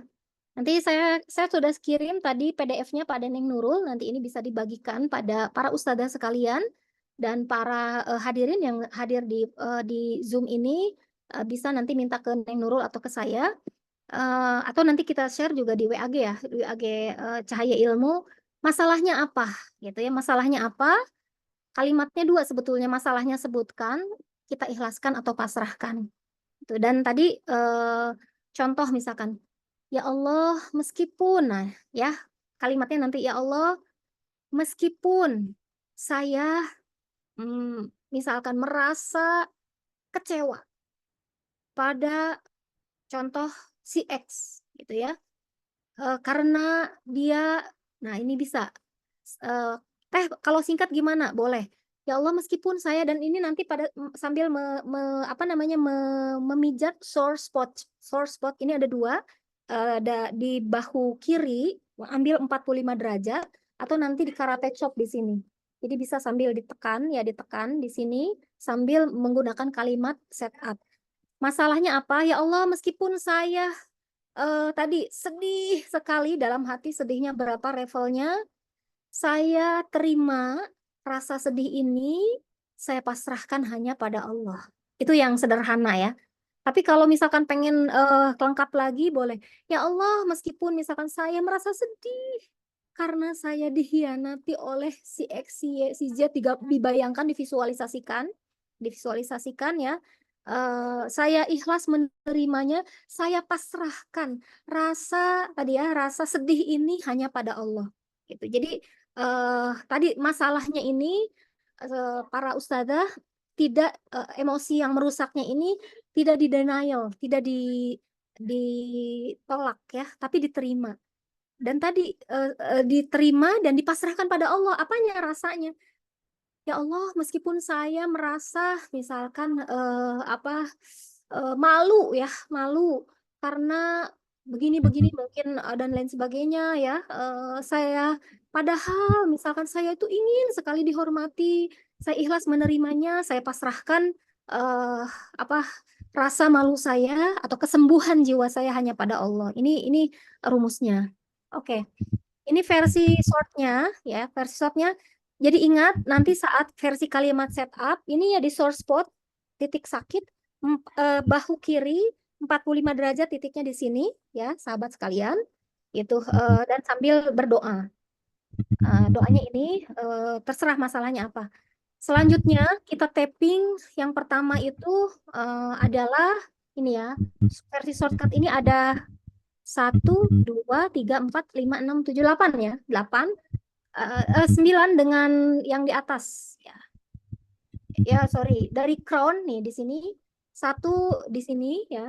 Jadi contoh misalkan ya Allah, meskipun saya untuk fisik misalkan, psikis, ya Allah meskipun saya merasa kecewa dengan si X, Y, Z karena begini, saya ikhlas, saya pasrahkan kesembuhan saya hanya pada Allah sambil dipijit ya. Biasanya agak sakit kalau lagi nggak enak badan atau lagi emosi keganggu ya. Kemudian ditekan crown ya. Crown ini dari mohon maaf dari antara mata kita. Ini telunjuk. Ini ubun-ubun kalau kata orang mah ya, kata orang Sunda mah ubun-ubun. Maka ubun-ubun kita ditekan dan kita berdoa, ya Allah saya ikhlas, saya pasrah, ditekan. Ya Allah saya ikhlas, saya pasrah. Ya, kemudian yang kedua eyebrow di pinggir kanan alis. Ya, ini titik meridian untuk melancarkan darah dan merilis emosi kita. Ya, kita pun terus berdoa, ya Allah saya ikhlas, saya pasrah. Doanya cuma gitu, ya Allah saya ikhlas, saya pasrah. Kemudian SE ini di pinggir eyebrow, gitu ya, side eyebrow di sini. Kemudian berlanjut ke di bawah, upper eye di bawah. Kemudian di bawah mulut, di bawah hidung. Kemudian di dagu. Kemudian di collarbone. Collarbone ini di sini. Di collarbone ini di apa sih tulang selangka yang bulat ya, sahabat sekalian, para ustadzah dan hadirin sekalian, ini ditekan gitu. Saya ditekan kemudian yang terakhir yang ke-8 itu di tali BH lah ya, kanan kiri. Kalau kita di tali BH itu kan di kiri. Boleh di apa namanya ditepuk-tepuk seperti ini. Oke, itu untuk melancarkan melancarkan sef, gitu ya, melancarkan aliran darah. Dan ini sebetulnya para ustadzah sekalian nanti kita bisa praktek di kemudian hari ya, karena ini penjelasan saja dulu.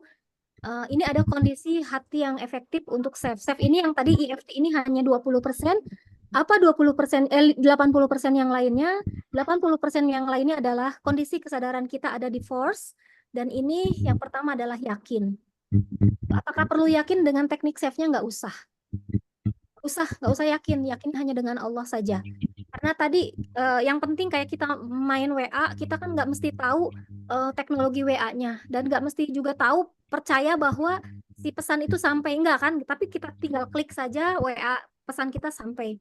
Ini juga sama, lakukan saja ya, tidak perlu usah yakin dengan save-nya. Apakah yakin dengan safeternya? Ini bisa dibantu, saya safeter juga. Nah, kalau sendiri gimana teh? Nggak apa-apa.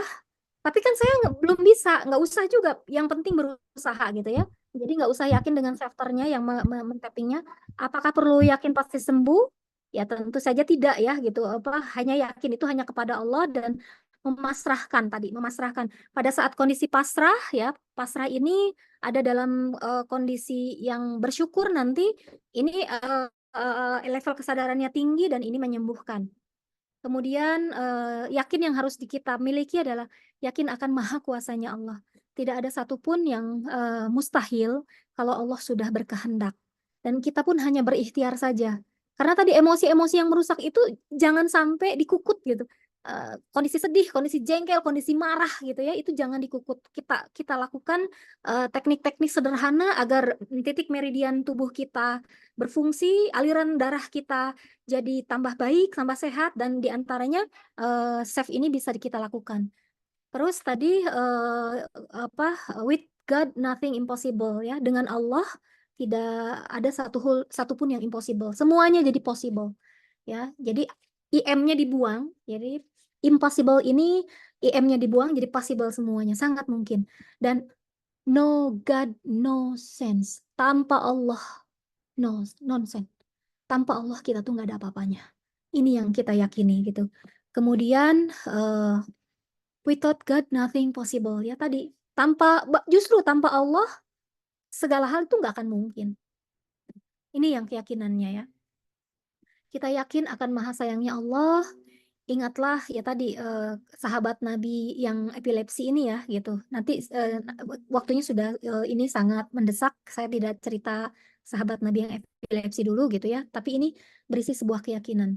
Jadi apapun yang diberikan oleh Allah, enak maupun tidak enak, itu adalah yang terbaik buat kita saat ini menurut Allah. Sehingga levelnya naik, yang tadi levelnya marah, levelnya sombong, levelnya sedih, kesedihan yang mendalam, duka cita, menyalahkan gitu ya. Kita yakin bahwa hari ini adalah kondisi yang terbaik yang Allah berikan kepada kita, secara fisik, secara keluarga, apapun. Kalau sudah yakin seperti itu, nanti Allah akan memberikan apa namanya, kalau sudah sidik ya, maka akan fatonah. Allah akan memberikan kecerdasan kepada kita. Kemudian ya kesimpulannya ya terkait dengan yakin, kita harus yakin dengan maha kuasanya Allah, maha sayangnya Allah. Everything is God's hand. Segala hal ini ada dalam tangan Allah. And I am in the good hand. Dan kita semua ada dalam tangan terbaik, ada dalam kuasa Allah. Jadi kita nggak sendiri gitu ya. Karena Allah maha besar gitu. Karena Allah maha besar sehingga kondisi-kondisi tadi menyalahkan, sedih, sakit hati, khawatir dengan masa lalu gitu ya, menyesali masa lalu, khawatir dengan masa depan, tidak menerima kenyataan hari ini. Buat apa gitu? Buat apa? Karena hanya secara psikologis menyakiti diri kita. Dan tadi bahwa kita itu makhluk ruhani.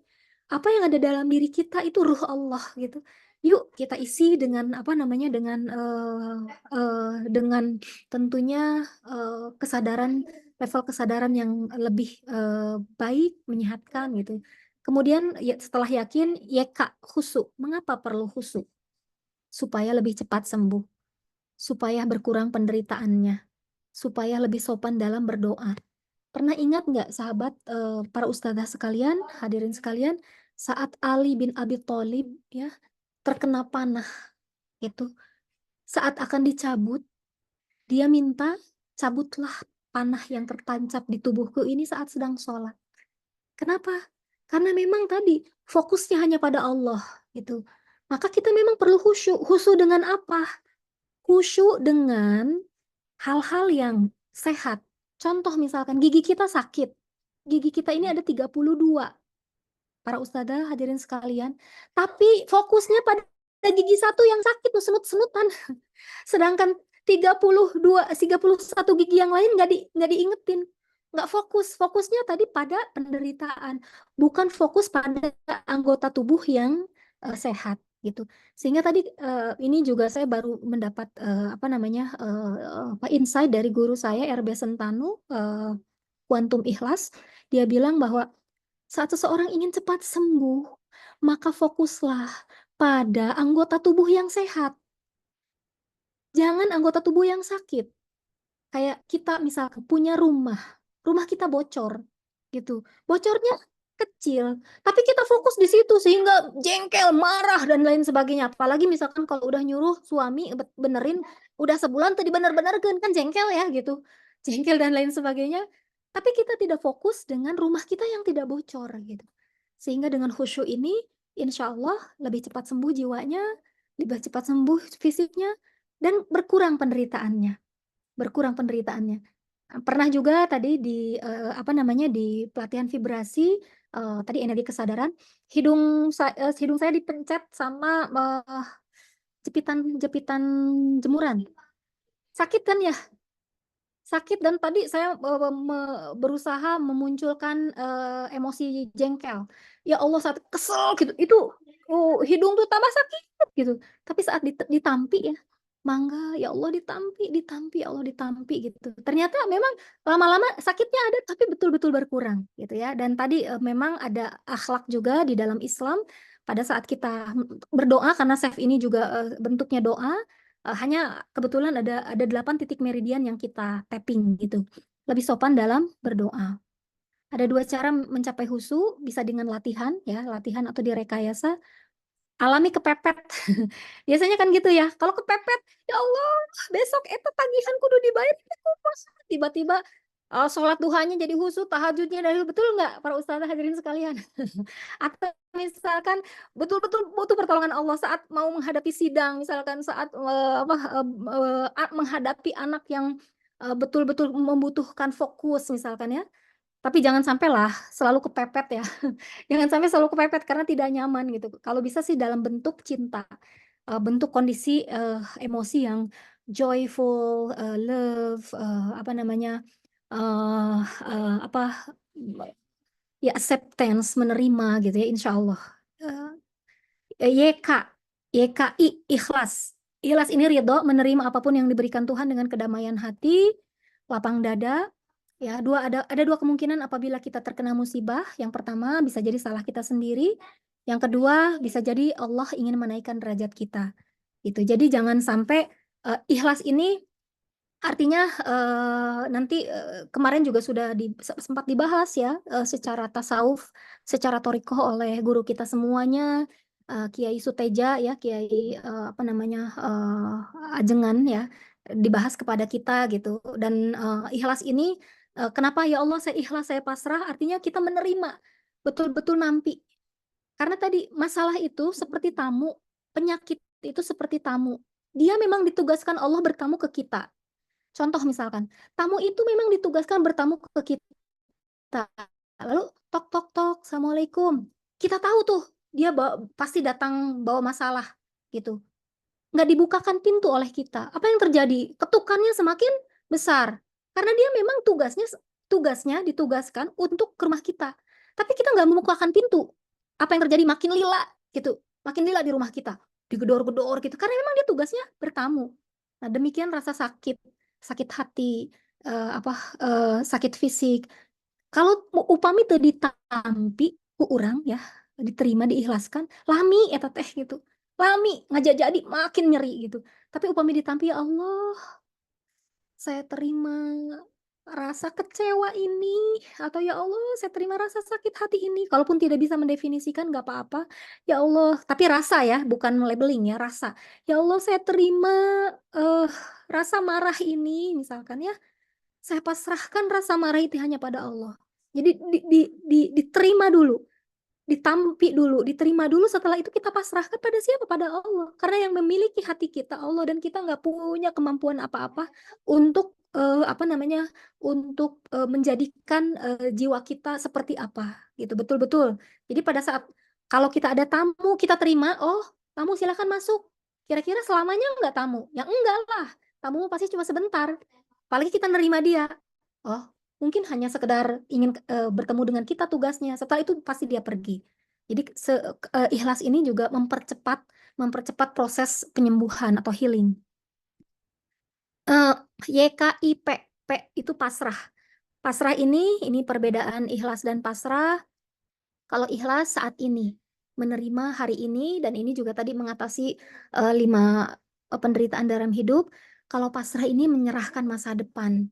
Jadi pasrah ini lebih pada orientasi futuristik, masa depan, mangga.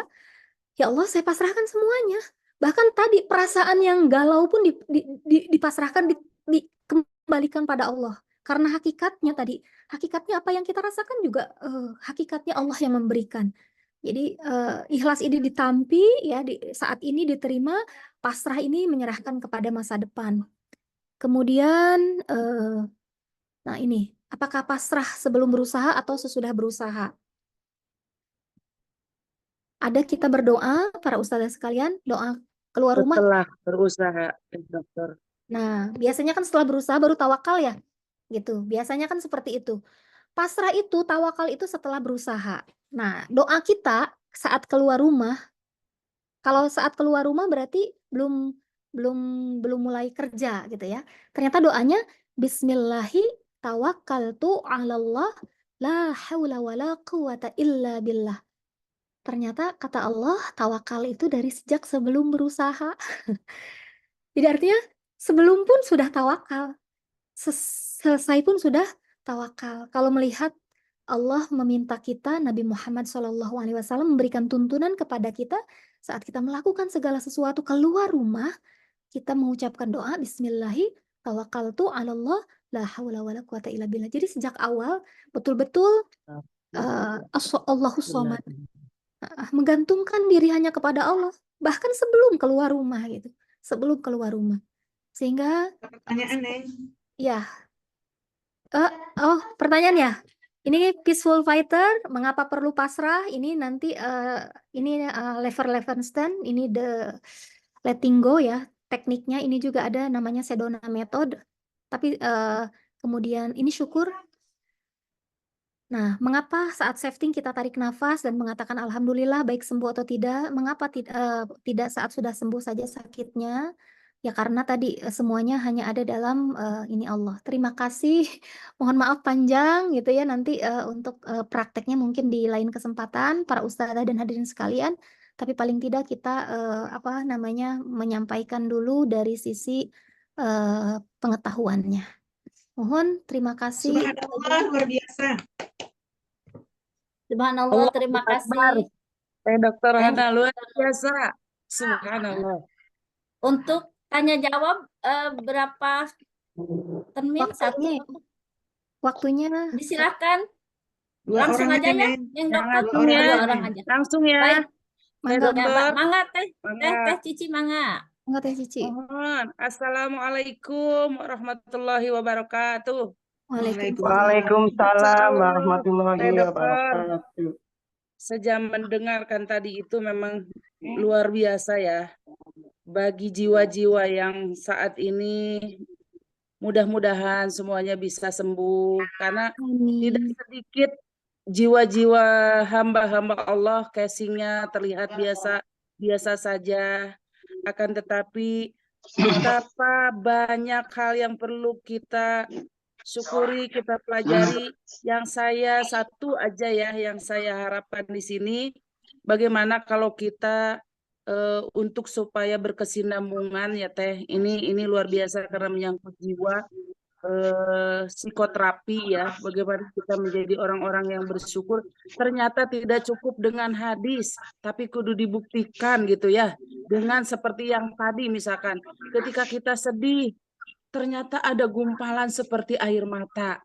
Ketika otak yang katakanlah sedang berserah diri kepada Allah, di situ juga ada bentuknya. Saya yakin dengan izin Allah ya, kalau kita kembali segala sesuatu bahkan yang menjadi dominan tadi itu ya, kita menganggap bahwa tawakal itu setelah, ternyata tawakal itu sebelum.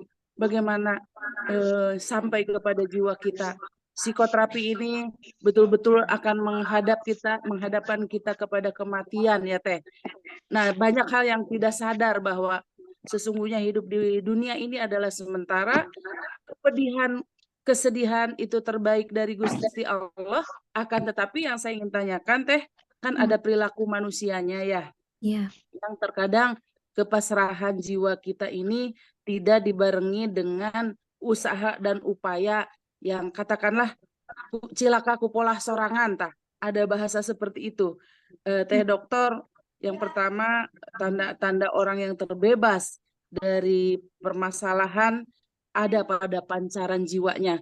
Karena hati merupakan yang akan terpancar dari jiwanya. Mungkin itu kita akan belajar banyak tentang itu dan saya mohon Teh untuk dilanjutkan. Bahkan Teh Ketum, Hayu bagaimana nih? Ini kan spektakuler ya. Kita buka praktek aja. Yuk. Ya, Ya, itu maksud saya.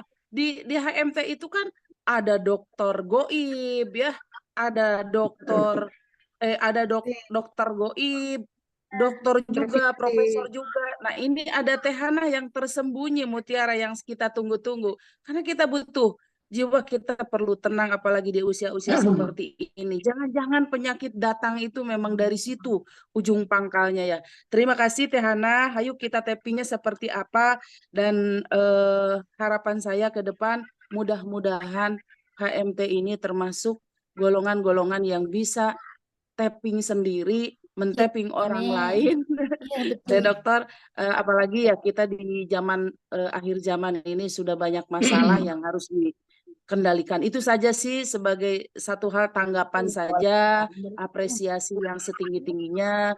Semoga kita terbebas, bahkan doa kita itu harus sampai. Sekarang banyak ngabaralang tapi hati nama kemana-mana. Hatur nuhun. Assalamualaikum warahmatullahi wabarakatuh.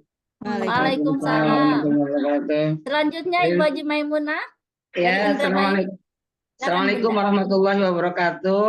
Waalaikumsalam. Ini moderator yang saya hormati, saya Warahmatullahi sayangi, Tetenya Imas dan narasumber. Alhamdulillah, Dr. Hana, saya berterima kasih. Saya tuh orangnya terlalu mungkin overaktif ya di masyarakat.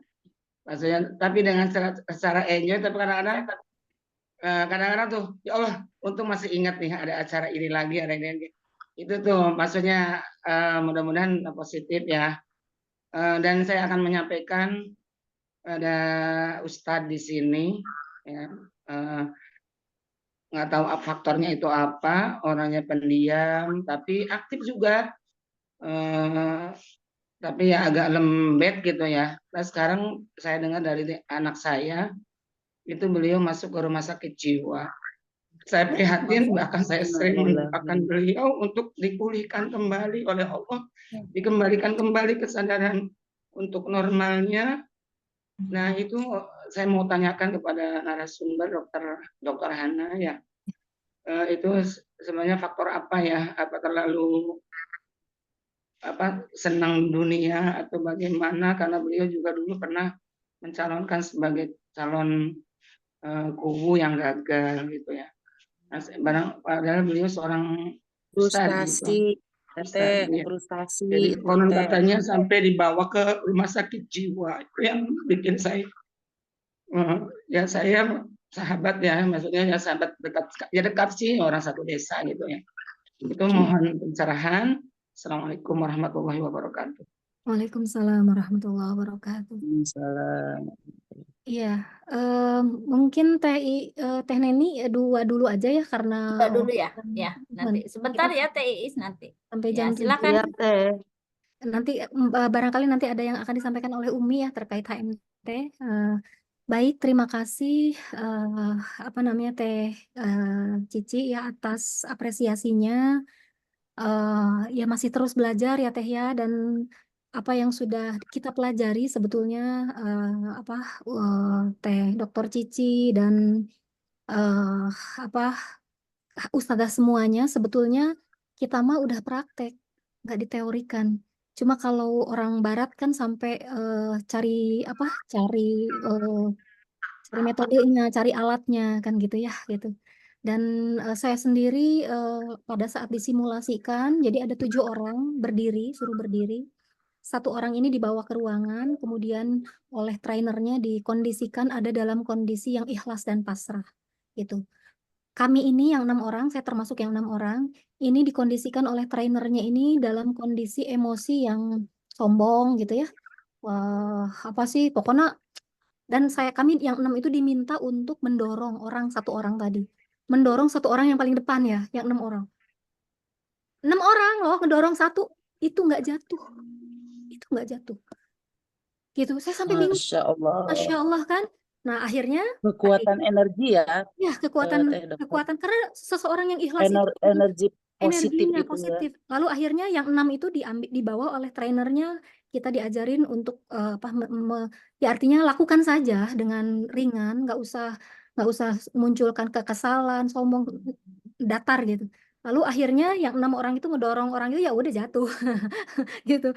Jadi ini vibrasi ini, energi emosi ini betul-betul ngefek gitu ya, kalau secara sains gitu. Kita di Islam itu sudah sangat lengkap. Hanya kadang mungkin butuh penguat ya, butuh penguat Iya. dan ilmu yang lain bahwa apa yang kita lakukan ini karena disituasikan disituasikan. betul disituasikan gitu. Dan sehingga tadi ini menyambung dengan pertanyaan Ibu Maimunah ya, Ibu ya. Maimunah. Mohon. Karakter orang ya tadi karakter orang introvert gitu ya. Ini biasanya anger in, jengkel marahnya ke dalam. Dia tidak anger out. Kalau orang ekstrovert kan marahnya tuh diekspresikan, marah kabatur, nunggul kan, nonjol kan gitu ya.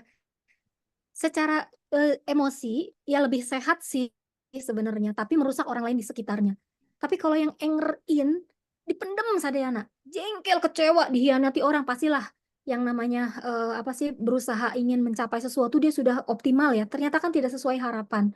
Maka memang bisa jadi dia ada dalam kondisi yang grief tadi, kesedihan mendalam, apa, rasa rasa kecewa gitu kan, rasa kecewa, dan itu diantaranya kalau bertahun-tahun dan tidak, makanya ini kalau perempuan kan senang curhat ya gitu, senang curhat ya, diantaranya sebagai salah satu bentuk katarsis. Akan tetapi tadi jangan sembarangan curhat, mending curhatnya di atas sajadah kan gitu ya, curhatnya di atas sajadah dengan powerful prayer, dengan doa yang kuat. Lalu Teh, apa yang bisa dilakukan kan gitu, Ibu Maimunah ya?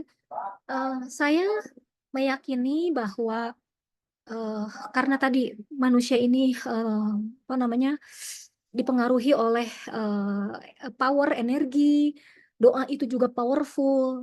Ibu saat misalkan Ibu apa, berdoa, bahkan tadi tapping, Ibu tapping ini sebetulnya bisa untuk suroget juga. Ibu membayangkan yang di tapping itu teman tubuh Ibu gitu. Sehingga memberikan rasa apa, energinya diberi, Nyaman. ya, diberikan pada teman Ibu, selain mendoakan tentu saja ya gitu kan, gitu. Tapi memang kalau sampai rumah sakit jiwa tentu saja harus ada penanganan psikiater dan apa, psikolog yang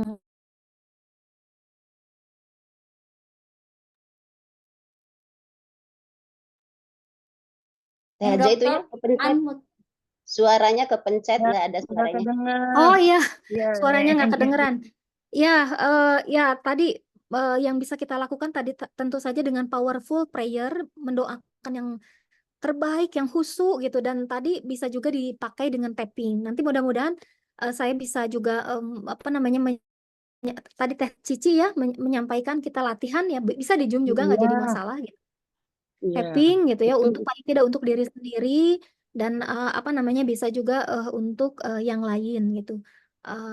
Dan ya karena ada beberapa hal ya, seperti apa, karena ada teknik visualisasi nanti di akhir ya, cara nafasnya gitu. Hanya ini pengantar saja, dan sebetulnya sudah dilakukan oleh para kiai, oleh orang tua kita gitu. Apa yang tadi kondisi apa namanya, berani, netral ya, optimis, syukur. Bahkan tadi mohon maaf, kenapa misalkan pada saat peperangan di zaman Rasulullah gitu, satu orang ini bisa menangani 100 ya, 100 pasukan musuh. Kenapa gitu? Karena memang kondisi jiwanya ada dalam kondisi power tadi. Kesadarannya tuh kesadaran, bisa jadi kesadaran rasa cinta pada Rasulullah, rasa cinta pada ajaran Islam. Sehingga tubuhnya mengalirkan energi yang dahsyat. Sedangkan musuh, ya, mungkin dia membela apa kan gitu ya. Paling tidak kalau orientasinya tidak jelas, maka memang level-level energinya di bawah gitu. Dan lagi-lagi tadi eh, guru saya bilang pada saat dia ada YouTube-nya, bisa dicari, Arif Erhat, tentang melogikakan santet. Santet dilogikakan pakai pakai ilmu pengetahuan gitu. Ternyata nggak apa, orang-orang yang hayang ngarogahala ya, ingin membuat kita jelek itu karena dalam kondisi dia tuh marah, jengkel, benci, sehingga mencari orang lain, terutama ahli-ahli energi, ya kita bilang dukun dan lain sebagainya ya, untuk mengirimkan itu. Tapi kalau kita dalam kondisi yang syukur, peace, damai, moal kena Teh gitu ya. Ini gitu ya. Dan tadi tekniknya kadang karena kita orang Indonesia belum tentu paham bahasa Arab ya. Tapi kan kalau paham, bisa iya karena na'budu wa iyyaka nasta'in. Hanya kepada Allah kami meminta, hanya kepada Allah kami meminta pertolongan, sambil dibayangkan kan gitu. Di situ kan kiai saya bilang energinya luar biasa, bahwa kita tuh nothing, kita tuh nggak ada apa-apa kalau tanpa pertolongan Allah. Kita tuh lemah gitu. Sehingga di dalam surat Al-Fatihah diharapkan pada saat membaca iyyaka na'budu wa iyyaka nasta'in itu ruh betul-betul orang teh nothing gitu. Sehingga memang itu kan kondisi pasrah ya, charge energi gitu. Sehingga setelah sholat siap menghadapi apapun gitu. Tapi tidak semua kita paham bahasa Arab, dan mungkin sholatnya cepet-cepet kan gitu, sehingga level kesadarannya tidak meningkat karena hanya sekedar apa, fisik. Itu Ibu Maimunah saya turut berduka ya dengan teman Ibu, mudah-mudahan kita doakan apa namanya Allah mengangkat penyakit-penyakit psikisnya ya sehingga bisa kembali bermanfaat untuk masyarakat dan dirinya juga bisa bisa bangkit. Ya tentu apa tadi kalau fisik yang sakit itu bisa sembuh dalam hitungan hari, minggu dan bulan, tahun. Ya enggak.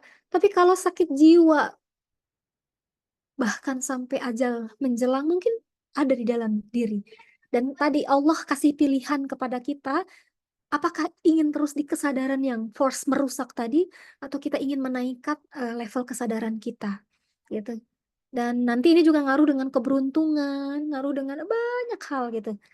Itu oke, baik. Ini respon dan jawaban saya yang mungkin juga sangat tidak memuaskan. Namun karena berhubung ini sudah jam 7:06 dan saya yakin juga majelis ini ada hal yang penting yang ingin disampaikan oleh ketua kita tercinta Teh Umi Dr. Hajah Imas M Nur ya, Imas Masito M Nur MH. Saya kembalikan kepada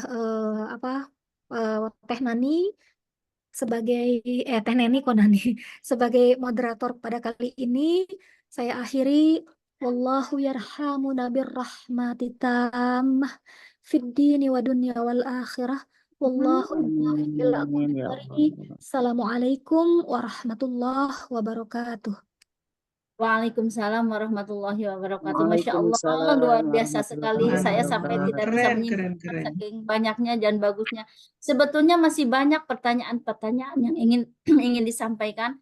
Cuman nanti mungkin kemungkinan besar kita akan pelatihannya Teh Imas ya, untuk Iya, memuaskan iya, rasa Iya, penasaran di kita. hari lain. Di hari iya. lain, betul. Kalau sekarang Berkumpul. banyak pertanyaan tidak cukup Nanti waktu 1 sampai 2 nanti jam. ketemu saja nanti pada saat Betul, nanti ketemu saja. Jadi mohon maaf Ibu Susi dan Ibu Iis, mohon maaf sekali bukan kita tidak menampung, tetapi waktu yang tidak memungkinkan. Ya, mungkin sekarang dilanjutkan oleh Teh Imas. Yang Nurul, silakan yang Nurul. Teh Nurul mangga.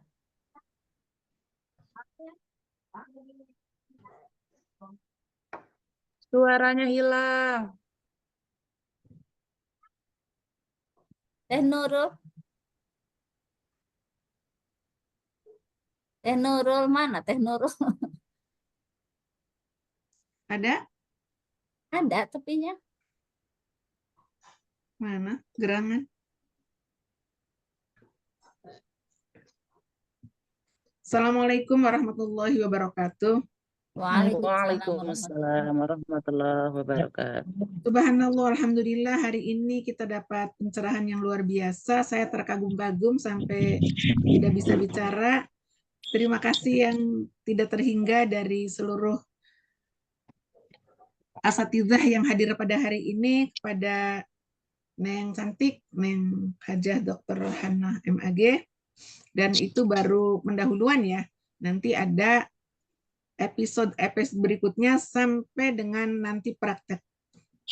Yang kedua, untuk minggu depan materinya adalah strategi dakwah efektif di media sosial yang akan disampaikan oleh Hajah Minyatul Ummah MA.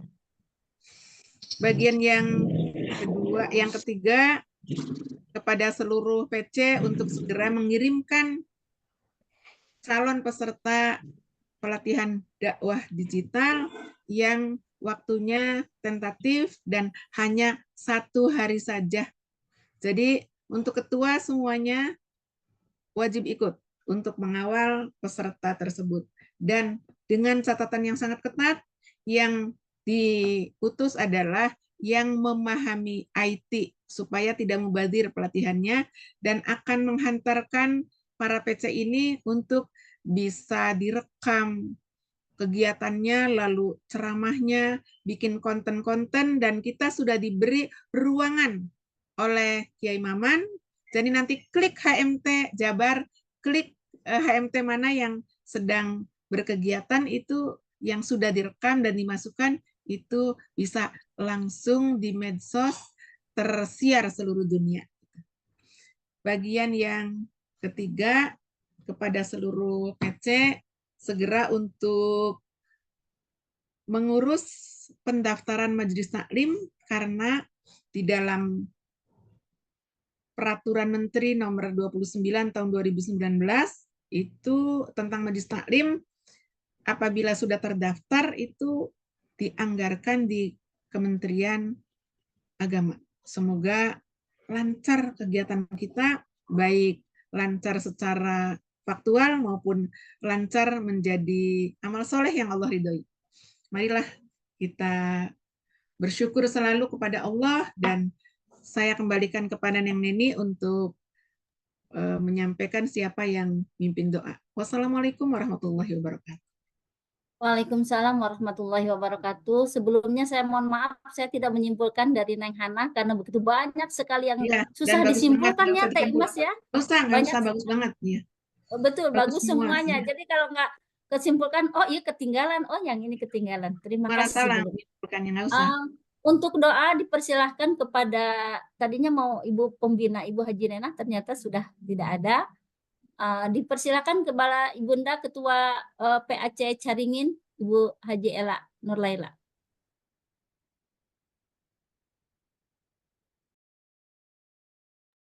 Unmute-nya dibuka.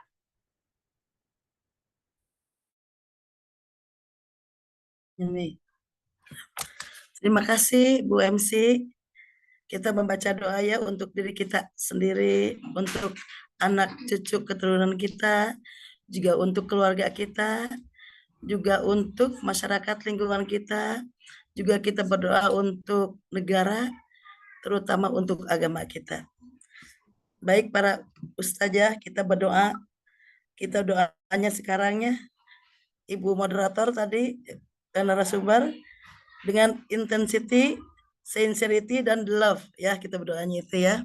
Bismillahirrahmanirrahim. Sayyidina Muhammad Rasulullah sallallahu alaihi wasallam, kalimatu haqqin thayyibatin 'alaiha nahya wa 'alaiha namutu wa bi'an ba'su insyaallah ta'ala min aminin bi rahmatillah wa karami jajallahu anna sayyidina Muhammad Rasulullah sallallahu alaihi wasallam bima huwa Allahumma shalli wa sallim ala sayyidina wa habibina wa syafi'ina wa maulana Muhammad sallallahu alaihi wasallam. Qadarullahu tabaraka wa ta'ala an kulli sadatina ashabi rasul azmin. Amin ya Allah ya rabbal alamin. Bismillahirrahmanirrahim. Alhamdulillahirabbil alamin. Hamdan yuwafi ni'ama wa yukafi majidah. Ya rabbana lakal hamdu kama yanbaghi li jalali wa karimi sultanik. Allahumma inna nas'aluka salamatan fid din wa afiatan fil jasad wa ziyadatan fil ilmi wa barakatan fil rizqi wa taubatan qoblal maut wa rahmatan indal maut wa magfiratan ba'dal maut. Rabbana la tuzigh qulubana ba'da idh hadaytana wa hab lana min ladunka rahmatan innaka antal wahhab. Allahumma hawwin 'alaina fi sakaratil maut wan najata minan nar wal afaina hisab. Allahumma amitni fi dinil Islam. Allahumma la inqabahum kama la yanta hadida bidauda wa sulaimna alaihi salam. Rabbana la tuzigh qulubana Allahumma amin. Rabbana atina fid dunya hasanah wa fil akhirati hasanah wa qina adzabannar. Subhana rabbika rabbil izzati amma yasifun wa salamun alal mursalin walhamdulillahi rabbil alamin. Al-Fatihah. A'udzubillahi minasyaitonir rajim. Bismillahirrahmanirrahim. Alhamdulillahirabbil alamin arrahmanir rahim. Maliki yaumiddin. Iyyaka na'budu wa iyyaka nasta'in. Ihdinas siratal mustaqim. Siratal ladzina an'amta 'alaihim ghairil maghdubi 'alaihim waladdallin. Assalamualaikum warahmatullahi wabarakatuh. Waalaikumsalam warahmatullahi wabarakatuh. Ditutup langsung atau dipoto dulu Teh? Mangga dipoto dulu. Neng Nurul mana? Foto bersama. Neng Hana, subhanallah materinya bagus. Bagus banget. Teh Nurul. Teh Nurul di foto bersama. Tambah cantik aja Neng Hana. Ya, Teh. Masya Allah. Betul. Teh Ratu segala pujiannya bagi Allah. Teteh sehat ya, Teh Ratu. Alhamdulillah. Mangga siapa yang foto bersama? Ya, mangga Teteh siap. Ibu Foto. saja bisa on cam semuanya. Keluarkan kecerahan wajahnya. Ya bisa. Sudah di foto. Foto bersama. 1, 2, 3. Baik, sekali lagi. Aja bebas. Boleh gaya bebas, silakan ibu-ibu saja. 1, 2, 3.